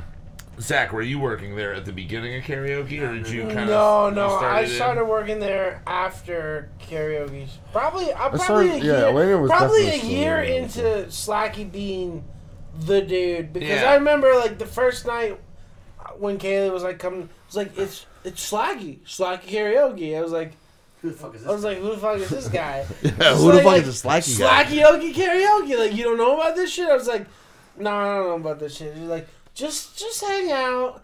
And like I had, maybe I was there a month. Yeah. When, but that was probably a year into Slacky being the man there. Yeah, we always had fun doing it. I mean, we always and dude, I try to keep it fresh too. We brought out remember the fucking wheel. Oh yeah, the wheel brings us back to the championships. That was something I was going to bring up. Now the first. Do you remember what the setups were for like the original championships we did? It was just individual singers. Right, we did. There wasn't duets the first round. Right. And did we have a wheel at that point? We only did one set of duets ever. That was the year that Rich and Chris took it. Right, yeah. obviously. Is it still here? We have a trophy here somewhere. I have a trophy somewhere. I have a trophy at my house. Yeah, it was here for a while. It was here for a while. I believe the plaque got thrown No, there is a the plaque got broken. Trophy. The plaque was broken out of anger, from what I heard. Yeah. I forget exactly who broke it out of anger, but it was thrown to the ground or broken over something. No, I think it was. I would assume that it was probably Fenton, probably. Yeah, something like that. Yeah. Something like that. Makes sense. Makes sense. Makes fucking perfect sense. Oh, fucking perfect. I'm gonna break this into 33 to turn pieces. But dude, that's 3 exact pieces. What the fuck you doing, son? What the fuck? But yeah, I mean, if it gets to that point where I think it's popular enough, I could definitely see it coming over to over to the Cinder.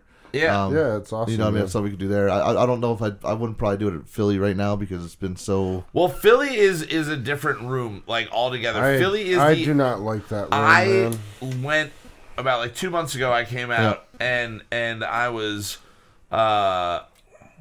standing up against the wall next to you, like where your like booth is set up, and I was either standing there or I was literally sitting at the bar with my beer. Well, Zach was there that night too. And Zach was there one of those nights. And not the night. Every time I go to Philly's pub, I behave poorly. You get kicked out? Kicked out of Philly's pub 4 times in the same night, where the bouncer literally came up to me and picked me up off my feet and dragged me outside. If you're still listening, Philly Pub is the opposite of Planet Fitness. It is totally a judgment zone. Okay. Yeah, it is a total. I do like the bar though. Like I like going there for lunch and shit, man. During the day. I like pouring beers over my head. I like head. sitting directly in the middle of the bar and watching a baseball game on the wonderful TV they have. Great place for lunch. It is a great place when it's slow. When you're the only guy there. But it is the crowd of Jock and Jills in the size of Floods with a taller ceiling, and that's the only reason I think it's standable is that the ceiling is 23 feet fucking high. Otherwise, if it was, can you imagine if it was as low as Floods in there? You would feel so claustrophobic. You would not be able to think in that room. I like it though. That I do enjoy it to a degree. But the last time when I went and Zach wasn't there, I literally sat up against the wall, and then I sat like in a booth, or not in a booth, in a chair at the bar, and I just like held the microphone and just like knew the lyrics to whatever I was singing, and I sang it. And the guy sitting next to me didn't even realize I was the person singing, and I was just like, "This is hilarious." Yeah. So then I just started like walking up and like singing a song like on karaoke, walking like from the back of the room to the front of the room and back like 3 times, just going like excuse me, and then singing the song, and nobody realized I was the person singing the song. Joe does that all the time now. And then dude, he follows people to the bathroom and shit, dude. But the difference is, I did go in the bathroom and take a pee the one time while I was singing. I was like, I gotta pee, and there was a 48 measure fucking guitar solo, and I was just like, all right. I was doing fucking Stairway to Heaven like my dumbass brother. And yeah, that was the fucking. Nah, you're not a dumbass brother. I love you, but you're a dumbass brother. Red Foreman style, booting your ass. But he didn't respond right away, I don't think. Oh, but we got a Mike Zibby. Mike Zibby. Hey. That's a new guy. Well, what's up, bro? He says, what's up? Zibby's a guy that he was out at karaoke a lot back in the day. Was. And I met he and a friend except the fact that he's a Cowboys fan. That's the only thing. Oh, what the fuck? Yeah, we don't like him. I wasn't going to talk about... No, we're not. No, we're not going there. We're not right now. You guys are too emotional, I think. Oh my god. So we shut up, you're a Giants I met fan. Zibby outside, I think, out on a karaoke night, and he was with his buddy Pete, and I looked at him and I was, cross-eyed drunk, and I just go, "You look like a grown-up version of Yeah Yeah from The Sandlot." And he goes, Yeah, basically like, yeah, and I was just like, yeah, that's it. That's what you look like. And then I look at Pete, who is like, he's got glasses, short black hair. I think he had a backwards like baseball hat on at the time, wearing like a pea coat or whatever. And then he's got like a thin, lined, chin strap style beard. Tell me you told me you look like a short No, Kevin I Smith. said you look like Silent Bob. short So I called him Yeah and Silent Bob, right? That's what I just called him, Yeah and Silent Bob. And then fucking Zibby looks at me and he goes, "Okay, Alan." And I just sat there and I looked at him for a second. I went, "Oh wait, is that a Hangover reference?" And he was like, "Yeah, Alan." And then I was just Alan then from now on. So we would have conversations with people and I'd call him Yeah, he'd call me Alan. It got really fucking confusing. It got really fucking weird, confusing. Weird. It was crazy. But either way, going back to the championships. So the first year, I forget who. Do you remember who? I mean, Chuck was there. Chuck was the chef at the time. And he actually did CeeLo Green. I remember that. He did CeeLo Green. And he came like almost in costume. Yeah, absolutely. Like bicked his head fresh and shit like that. Yeah, he did. And then I know what was Charlie or Rocco, one of the with the Humpty Dance. Yeah, Charlie with the Humpty Charlie Dance. with the Humpty Dance was in there. Who did you face in the final? I don't remember who you faced in the final. Wasn't it Rich? Rich and I think we might have gone head to head because he did Foo Fighters at one point. I think he did Everlong. And then, no, you did Everlong, dude. Well, I did Everlong. Okay, the second year somebody else did Everlong then. Yeah. But I did Everlong, and then like we made an agreement the one year that we weren't going to do like our like go-to songs. So he was like, I forget exactly what song he said he wouldn't do. Oh, he was like, I won't do Pigs, which is like my, Three Little Pigs. It's the easy go-to. Everyone's gonna be loving it. The crowd will love it. Yeah, of course. And he goes. Or then I'm like, okay, then I won't do Can't Take My Eyes Off of You by Frankie Valli, which is like my, like, I'll walk around the room and just romantically sing to every individual person in the room. Right. Guy or girl, doesn't matter. Guy or girl, doesn't matter. It's all lesbians. And at the Cinder, hey, it's 40% lesbian. Hey, I want to tell you, sir. One of our sponsors, Joe Trimboli, that your mother is not a lesbian, and she yells at me every time I tell her she's a lesbian. Oh my God. She is not a lesbian, her girlfriend is what she tells me. That's what I say too. She's not a lesbian, her girlfriend is. Man, and I love it. And then I look at I'm a lesbian. Doreen, right? Doreen? Yeah. And I'm just like, you're the lesbian in the relationship. But God. Yeah. They're great people. They're great people, the lesbians. Oh, your mother. Yeah, she's a wonderful woman. Oh, yes. That lady as well. Now, Joe, real quick, last week, karaoke, Slackyokey karaoke to transition. We've gotten you now at the Cinder. Absolutely, Friday and Saturday. And you and I are now 2/3 of the entertainment supply of, really 3/4 and you're a half of it. For the 4 nights of entertainment. We are now having, on Wednesdays, I do trivia night. On Thursdays, there is an open mic starting this week. Alicia and Steve. Yeah, with a Feeling Good duo. Alicia and Steve. And then you run Slackyokey Karaoke on Friday and Saturday nights. Officially this past weekend kicked it off. Absolutely. It is literally the most I've felt like I said, hey, we should do this. And then, like, 9 months later, it happened. And I was like, fuck yes, this is great. That's Veronica. Well, no, Veronica, right off the bat, was like, I would love to have Slacky, and we lined you up, and I, like, talked about it, and you were like, yeah, and she had one other person, so it was going to be him and another person, and then the original guy, Rob, said, I'm not moving anymore, so I can still do it. And so she went, okay, I'm just going to stick with what I got. And then 6 months later, he went, I am moving. And then he handed over to Andy. And Andy was a really awesome guy. Andy's a really good musician. He's a fucking genuinely wonderful human being. But it came down to you did our holiday party. Which was fantastic. And the holiday party was wonderful. It was fun. But it was, I think, was for I her... No. You were not there. No, you weren't. You should have been. You should have been. I don't know. It was Sunday. It was the Eagles game. The Eagles game was on. Yeah, Eagles Bears. I was at my parents' Bears house. Eagles game. So, Yeah. 2 Sundays ago.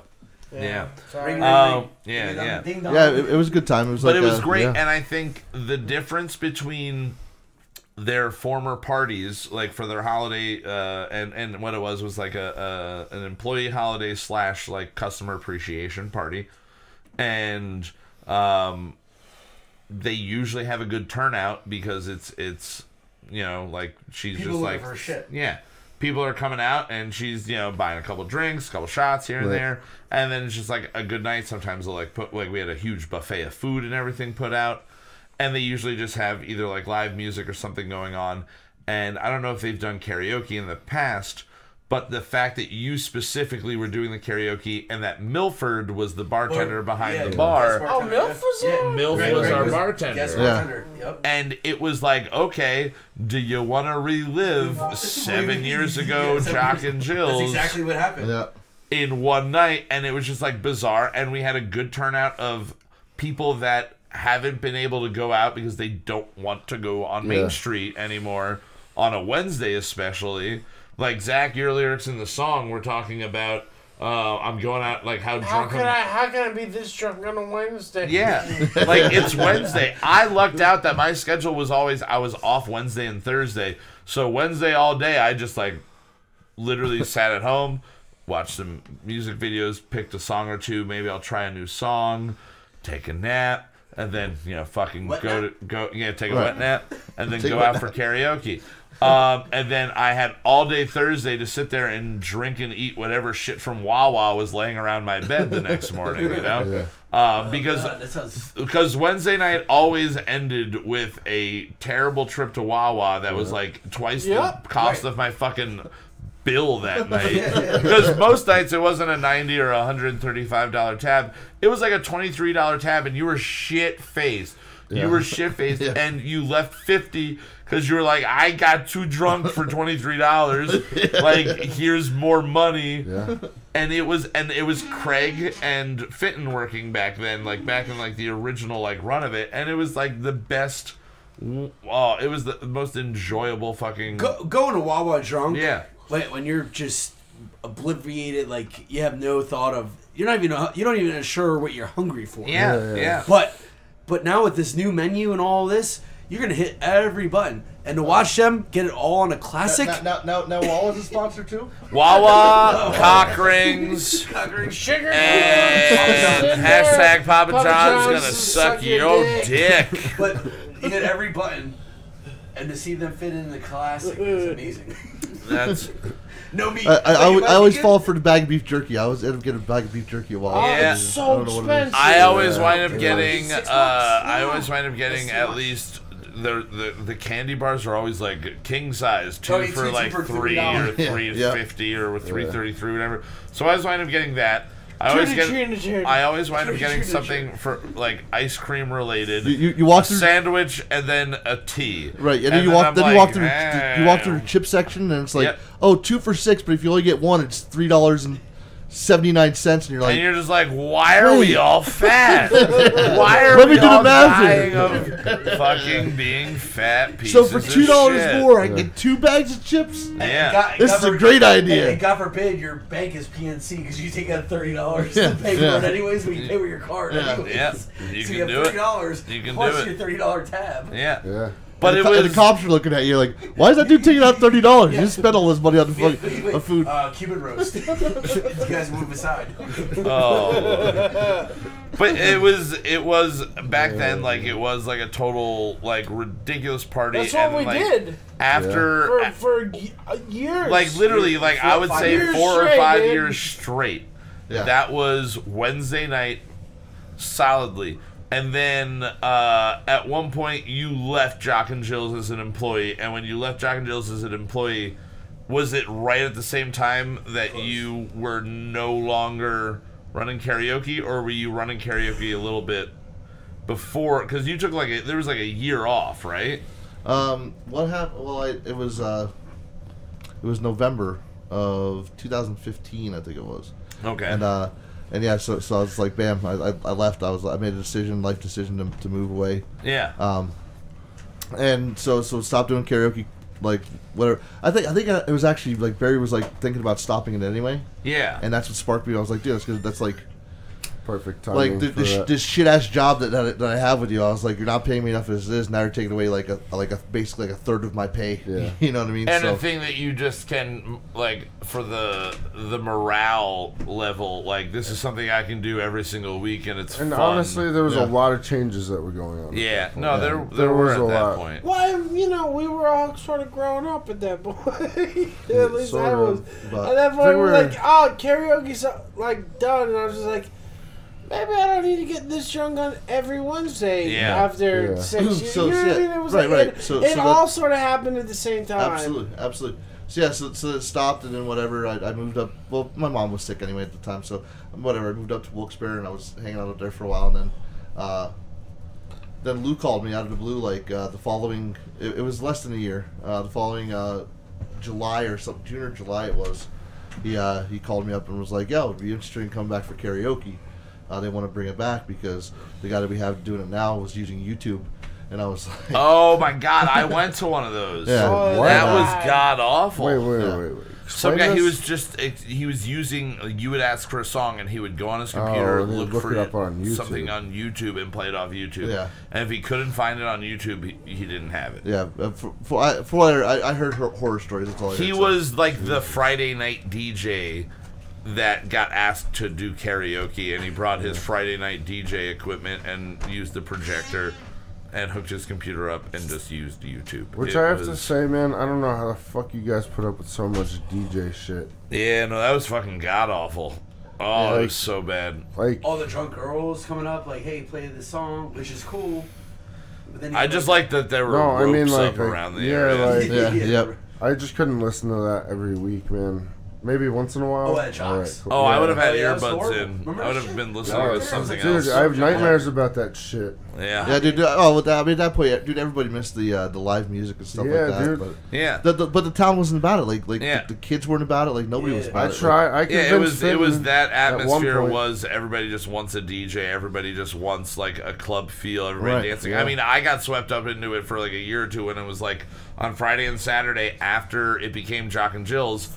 I was just in the habit of going there because of going to Front Row. You had to get out of there by 11:30. But honestly, like it was just like, okay, like chit chat with a couple girls, and all of a sudden it becomes like a dance scene. It's like, all right, let me see how this will kind of go. Yeah. But yeah, you can't stay too late. The weirdest change that they made though was when they fucking had a dance, like they put a DJ in fucking Sarah's. Oh yeah, that was weird. He got mad because they scuffed up the floor with their fucking high heels and everything, dancing all over the place. And he was like, my floors are gonna go fucked people up. having breakfast the next day with their families. It's like, it's like holy shit. Same people too. That sucked. You can't have it both ways. It was horrible. You can't be puking one night and having fucking you know, eggs Benedict and moving all that furniture. It was a pain in the ass. Because I was still working there as the at that point I was head of security and assistant, whatever you want to fuck call it. Assistant to the regional manager? Yeah.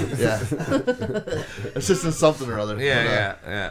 They, it was I mean, who hasn't been in a position of power at Jock and Jill's in this room? I think all of us have at one point. They threw him up there. Dude, there was one night where everybody bounced. Yeah. And Slack was the manager for almost a few weeks there. I managed longer than that, actually. I managed probably for dude, everybody bounced. Craig, fucking. Yeah, there was like a mass exodus of people from the place, and you stepped in. But then with the karaoke, when it came back to what Zach was saying before, they asked you to come back, and I think it was like August or September or something like that. Right, like Lou managed the place at the time. Yeah, and you right. came back, and to Zach's point before, it was kind of like, all right, for most of us, like Slack Yogi started for like that group. It was like early to mid to late 20s. Yeah. So it's like we did it for like 4 or 5 years. So we're all now like late 20s to early 30s.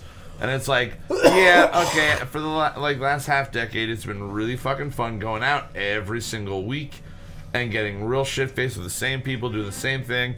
And it's just been a blast because the thing that changed every week and the thing I loved were the other people in the room were not the same. Yeah. It was us. We were the same. Right. And then we could look around the room and go, you're not usually here. Yeah. All right, you're the one I got to freak out tonight. That is, though? Do you know how other people come up, they're like, the best time they've ever had was going into those karaoke nights? But it was like there was like a group of like about like 20 of us that just were ridiculous. Yeah. And it was predictable. The 5 of us, Rich and his gang. Yeah, Rich, Kev, all those guys, the Foster brothers. We ever made girls feel uncomfortable. They wanted to come here. They brought their... No, and that's the thing. I think that was the funnier part of it is, if anything, we made all of the guys really uncomfortable. I would pull up a chair and sing the Frankie Valli Can't Take My Eyes Off of You to like the biggest, douchiest looking dude. I would pull up like a high top chair next to him and just sit there and sing at him. Or if people weren't paying attention, I would stand on like the booth behind them when the big booths were up against the window. Yeah. And then the I love you, babe. I would just be like right and like bending over in their faces, just being ridiculous. Do you remember when I was just trying to offend everybody? Yeah. Well, that was like, dude. Yeah, Wrecking Ball was my go-to at one point. That is honestly, I think the first memory I have of you is you doing Wrecking Ball, me being like, and rolling around on the stage. Yeah. Yeah. But it was ridiculous, man. And that was like I think a big time like in everybody's life, culture, like but then the change when he came back again, like everybody kind of had like 9 months or whatever, like removed from it. And it was like, all right, cool. And I remember, like, I came out for, like, the first week, and then maybe, like, the second or third week. And then after that, it was just kind of, like, trying to get back into the habit of doing it. It was just, like, a little bit weirder. And then it became, okay, now we can just walk in. When we walk in, and there's this whole group of kids that have been coming every single week that we don't know. And we can just walk in and just, like, either weird them out or just be like, all right, like, we'll just, like, play to this crowd right now. Just, it was... That's what I enjoy about going to Phillies. The last time I went, it was the first time I ever did Can't Fight This Feeling Anymore by REO Speedwagon. And I literally sat at the bar and then stood next to you and then sat back down at the bar up until like the even though I wonder I'm keep. And I was like, I have to like walk around. Like, I don't think I can like actually hit this. So I need to like take deep breaths and be like walking around. And then at that point, like, a couple of the younger like people realized that I was the one singing, and they had been like looking around, like trying to figure out who was singing, and I had just been like hiding everywhere in plain sight. And then it was just like this really cool like moment, like I just like hit the note and just like was just like rocking out for like the rest of the song, and the whole room just kind of like it turned back into like what I remember like Slackyoki karaoke being like at Jock and Jill's. And everybody loves each other. Yeah, it's just kind of like everybody's just having a good fucking time because we all know this song. And I think the fun part about moving it now to the Cinder is it's off of Main Street, and so many people are opposed to going out. And I know for me, a lot of like the hesitation to going out has been, I don't really want to fucking like go to Main Street right now. Because it's like, I know at some point, I'm just going to leave there and go to Floods and just get way too drunk at Floods and then go back and then go to Floods and then go back and I'm just going to do that all night. And it's like I've done it 1,000 times. Like I know that's the way it's going to go. But at the Cinder, it's fun because you have to plan like, let's go out for karaoke. Yeah. And you know, like with the options now of both nights and Saturday being a longer night, it's like it starts at 8 o'clock on Saturdays. So it's fucking 6 hours of karaoke that's available to you. For me, I work till 7. So it's like I literally this weekend went to go home and like take a nap and then come back, and then I just woke up 6 in the morning with my fucking sneakers still on and shit like that. But like my thought is like, oh, this is great. I can come back, and then at 8 o'clock, there's gonna be like nobody there. Like I can get a couple good warm up songs in, and just like get that going. But it's the crowd is the people that used to go out 10 years ago, right? That were going to the old Slackyoki karaoke, and they want to be able to go back out but not have to deal with fucking bullshit Main Street anymore. Dude, I think that one well, I mean, this past week was the first week I did it, but there was that one couple that came in, and that one dude Tom with the beard. You weren't there on Friday, right? I was there on Friday. I'm trying to remember Tom. He was like, dude, he looks like the old school biker dude. Like, he came up and did a couple. Yeah. He has the white beard. Yeah, the white beard. And the cut off sleeves and stuff. Yep. Dude, I think that used to be Craig Morgan and Greg Milford's neighbor. Really? When they lived together, I'm almost positive. Hell yeah. He used to come into. I think he used to come into Jock and Jill's too. Yeah. But it's just like it's a different crowd. You're gonna get like the fun thing is you're gonna get like the older side of it that's going to do the more classic rock and roll, the classic like more standards, and that's great because it can't just be all ridiculous over the top nonsense, especially in a place like this. Saturday I downloaded 15 new songs. 15 new songs? 15 in one night. I was like, dude, I was like, the most I've ever gotten like Jock and Jill's or Phillies like 3 or 4. But, 3 or 4? Yeah. But I was like, man. 15 fucking songs. And I'm sure it's just going to keep expanding because it's such a different and diverse crowd. Yeah, but then like the old crowd coming back out, like when you were there for the Christmas party, like Will came out, like Rich came out, like the whole like the majority of like the original, like OGs. the old crew of that. Yeah. And the best thing is that everybody pretty much does the same like 3-4 songs every single week. It was like the first time he did it. Yeah. And it's just like, oh, and every time it's because the other people in the room are not the same. So it's just like, I know I can go up, and it's just like our little review. It's like, I know I can go up, do these 3 songs.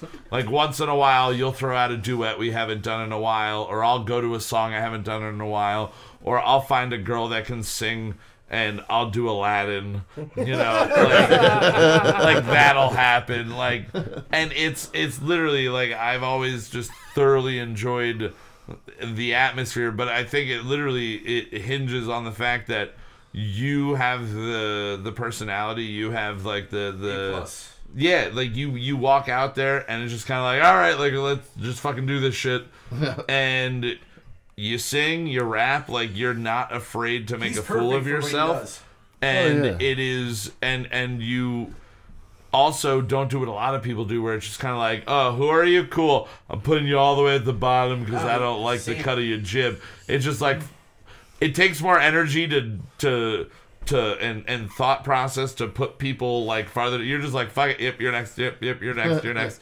You're next. Unless I give you 3 fucking songs all at once, which I do. And then this is something, actually, before we wrap up, because, this isn't one of the longest episodes yet. No. Joe brought up a good point. Song. Or a good thought earlier. You don't necessarily have this experience because you're the one running the karaoke. But I'm curious to... Well, I guess really Zach and Joe and myself, because Justin, you don't really sing at karaoke. Sing, no. I just hang out. Joe asked earlier, like, what songs do you wind up having crumpled up in your pocket the next morning that you didn't put in? And I'm curious, do you, Joe, do you have any songs that you repeatedly don't put in? Are there any songs that No, it's like random shit. So it's always random shit. What are songs that you remember, like, waking up and going, oh, I didn't put this in? And to be honest, man, it's not even my handwriting. So have us in Japanese, have us in Spanish. Okay, yeah. But the only thing I can decipher is like Ricky Martin. Ricky Martin? Okay. Zach, have you ever had a situation where you've woken up and you've had... Yeah, I get worried sometimes about remembering lyrics. So, like, I've definitely had it in my pocket, like Aerosmith songs. Yeah. Or like 70s hard rock songs that have... Like Springsteen, have too many lyrics. Yeah, like, that's what always gets me. If there's too many words, then I'm like, I know how fucked up I am. Even though the words are on screen, there's too many words. I would say that for me, for a really long time, until Keith actually brought it up and wanted to do it, Hook. I would wake up with Hook by Blues Traveler as one of the ones shoved into my pocket.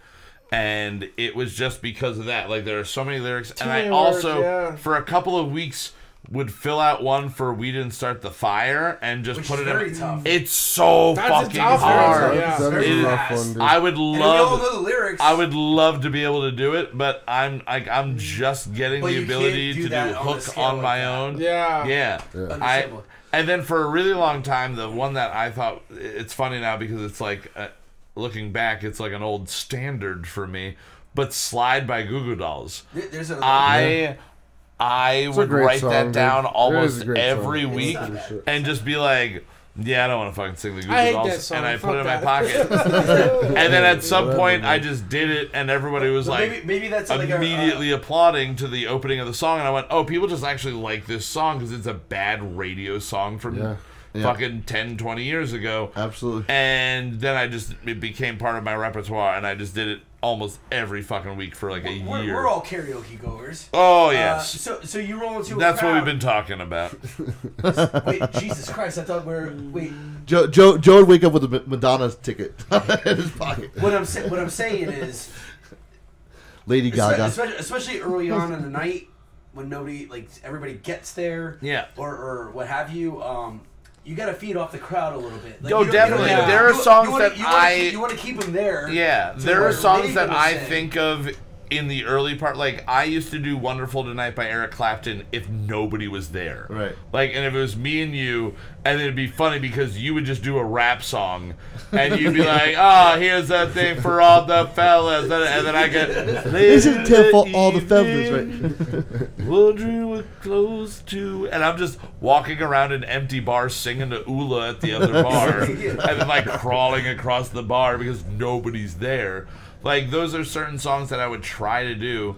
And then I think once or twice I did a Red Hot Chili Peppers song. And then this weekend, we reignited an old style fire. We used to do Creed Wars back in the day, and this entailed Joe's brother Dom, who was on a past show, and we probably talked about it on that episode. He would sing With Arms Wide Open, I would sing Higher, then he would sing My Sacrifice, and then he would win because nobody knows any other song. And then, like, the second, third week, Richard shows up. He shows up. Richard shows up. She showed up and showed up, shitted up. But Richard shows up, you know, a few weeks into us doing this, and you know, he does Higher, I do My Sacrifice, he does With Arms Wide Open, and I go, okay, fine, you win. And then Richard goes up and does What If, and everyone's like, oh, fuck, there was another song. And it was the good one. It was the one that was actually good out of all of those songs. So we did that for a while, and once in a while we would bring it back. This weekend, I walked in on Friday. The Christmas party. And no, this is the Christmas party. This is past Friday. Oh, Friday. Yeah, I walked in, and Joe is singing Californication, I believe. Yeah. And unbeknownst to me, Slacky has already sang Under the Bridge. And I'm just like, oh, Joe's singing. All right, Red Hot Chili Pepper Wars is a go. I fill out. You put it on Facebook, dude. Yeah, I put it on Facebook. I called him out on Facebook. I walked up to Joe. I filled it out, and I wrote Red Hot Chili Peppers War is a go or is on or whatever. RCHP and or then something like that. I handed in the slip to Slacky, and I put in for scar tissue. And then I looked at Joe, and I went, "You've been served," and just walked away. And then from across the room, Joe was like, "What? What do you mean? What does that mean? What I mean? I've been served." And then, like, 5 minutes later, I'm like, look on Facebook, and he's like, "What?" I'm like, "You sang a Red Hot Chili Peppers song. I'm gonna sing a Red Hot Chili Peppers song. Now you have to sing another one." And he goes, "Slacky already sang one." I went, "Oh fuck yes, 3-way Chili You'll count Pepper me in Wars." next week if you got you got Aeroplane. Aeroplane. No, oh, I'm gonna do that one. You did Snow. I did Yeah. Get It Away. Get It Away. Give It Away. And then I You did did Snow? Give It Away. Give It Away. Give It Away. What was the last one that I did? I forgot the not. Other Side. Other Side. I did Other Side. I had Love Roller Coaster in my back pocket. Yeah. And Oh, then, that's a killer, The dude. thing is, it was getting too late. Upside It was down. too late. Joe wound up That's leaving. Joe wound all I up can say, right? leaving. And then I had one more song in. I had another Can't Stop, I think I put in for. Can't stop addicted to this shit, And then dude. I left. I put it in. You didn't even say goodbye, Kyle. And then I was like, I'll probably be here for another song. And then I Irish goodbye'd out the fucking front door and just left. That's a karaoke thing, though. Yeah. Right. Like, you get so drunk, you're just like, I'm I gone. have to leave now. We'll call it the Slacky Sneak. Yeah. Yes. Yeah. Hey, how many Slacky times this guy's sneak. like, next, 1, 2, and I'm like, yes, you're gone. Joe's up next. Joe's up next. Yep. Yes, thank God. Yep. Plenty of time. Oh well, hey, let's start wrapping this thing up. There's one thing that hasn't been answered. What? Is there going to be another championship? Are we gonna? I mean, you talked about it a little bit. You thought like we could talk, we could discuss it. Let's see how things go. Yeah, right. Give it a couple of months. Right. It was the first week. Let's not. It's the first week. Let's not jump too far. Yeah, into right. it. I think just come. I think it's a good idea. I think this summer we should look into it. Yeah. And I got a video camera and a tripod, bro. let's do it. Let's do it. I got a tripod too. We'll figure. Yeah, we can try and get sponsors and whatnot. We'll go around and help out. Hell yeah. Yeah, man. We'll help out. Your local Papa John's. Your local Papa John's. Hit up your which local again- Papa John's. Get a Which again, blowjob. hashtag Papa John's. And don't will forget suck your Starbucks. dick. And don't forget Starbucks. Starbucks And get your Starbucks dildos. for your free dildos. with your free coffee. Don't forget the free coffee. That's the more expensive part You of just that walk in situation. Starbucks and hey, I want free coffee and free dildo. And they give it to you. They're They'll good. just give Oh, it right Daddy, to it's you. beautiful. Oh, Daddy, it's Oh, beautiful. Daddy, it's beautiful, Oh, it's Daddy. beautiful. Oh, so beautiful, Daddy. Oh, so beautiful, Daddy. So beautiful, Daddy. Daddy. All right. Well, hey, let's start wrapping this thing up, and I just want to say thank you very much to Joe Trimboli, and big round of applause, yeah, and Mr. Mark Slacky. Oh yeah! Oh yeah, for joining us. Once again, check out every Friday night and Saturday night at the Cinder in East Stroudsburg, Slackyokey Karaoke. Yeah. I might as well plug the trivia night happens on Wednesdays at 7:30 if you're in the Stroudsburg area. You're smart. You should come on down. I think tomorrow I'm doing a category on boy bands. Tomorrow's Wednesday. Tomorrow's Wednesday. Yeah, that's when I do it. It's a category. Well, I think you do it on Thursdays. No, it's now on Wednesdays. Thursdays open mic. Oh shit. So Wednesday. Oh shit. So go see tomorrow. Kyle. Go see Kyle for trivia, and then after you're done with trivia, stop on down to Philly Pub if you're feeling it. Yeah, because it wraps up right before you start. It's It's also really jam a night perfect day. here tomorrow. And it's jam night here if you know where we I are. think Show that up and single, I think that jam. single alone is gonna shock the world today. It's gonna be my theme music. The theme music. It's gonna be good. That single is gonna be good. Carry, well, as always, a big thank you to Mr. Justin Olimpedo. You're welcome. You get an applause this week. Thank you. We get guests that applaud you. That's Thank good. you guys. I They're appreciate nicer that. than I am. You don't handle that? We don't applaud. Zach's the applause over here. Speaking of, once again, a big thank you to Mr. Zachary. We wrote a 9-minute and 20-second song. Stormin'. Records being broken. Records being set. Yeah, I mean, this episode's long as fuck. This is, I think, another record breaker Thank right you for here. everybody for staying. Yeah, thank you. I am shocked. Everybody has accidentally fallen asleep with their computers on, and we appreciate you. Yes, Thank you so much. Kyle, I think it's time you shut the fuck up. Yeah, I don't think it's going to happen. But we'll be back next week. We're going to have Will McGrath on, formerly of Moscow Dynamo and Wasteland Babies, local Stroudsburg punk acts from back in the early 2000s, mid-2000s. And he's going to be on to come on. He was also in King Dead, right? Yeah, I think he was in King Dead. Yeah, he was definitely in King Dead. That's way more recent. You think about those things. I think about the past only. You think about the more current past. I'm really curious to hear what they're doing in the background when I listen back to this tomorrow. You won't. You will. You won't. Oh, no. You will. It's crazy. You will. You won't. Well, for Kyle Mocha Won't Shut Up, I'm Kyle Mocha. Thank you for joining us, everybody joining us live. We'll see you next week. And stay tuned for Moot.tv Mondays. Every Monday releasing Kyle Mocha Won't Shut Up, along with Let Me Ask You a Question, our brother, sister, love, incest podcast from our Moot.tv family. And also check out White Wasabi, where they talk about some anime every once in a while. Very sporadic episodes, but they are out there. Can I big get on shout an out. episode of that? Yeah, Let's you talk can about try. Gundam. You can try. I don't know. You gotta talk. Big shout out to Eric, and let's get Eric. Hey. Get Zach on that show. Get me on the show. We'll Get talk it on it. Gundam. Get it. He'll talk whatever that word was. Oh, I don't know. But the white wasabi is good. All right. Well, thank you so much for everybody for tuning in and listening. Again, I'm Kyle Mocha, and for a little bit, I guess I'm going to shut up. Here's our closing theme song. Dude, play us out. I'm going to play us out. For sure. What? Fucking thing's broken. Fucking thing is broken. Moot.tv. Whatever. There's nothing more egomaniacal than singing the theme music for your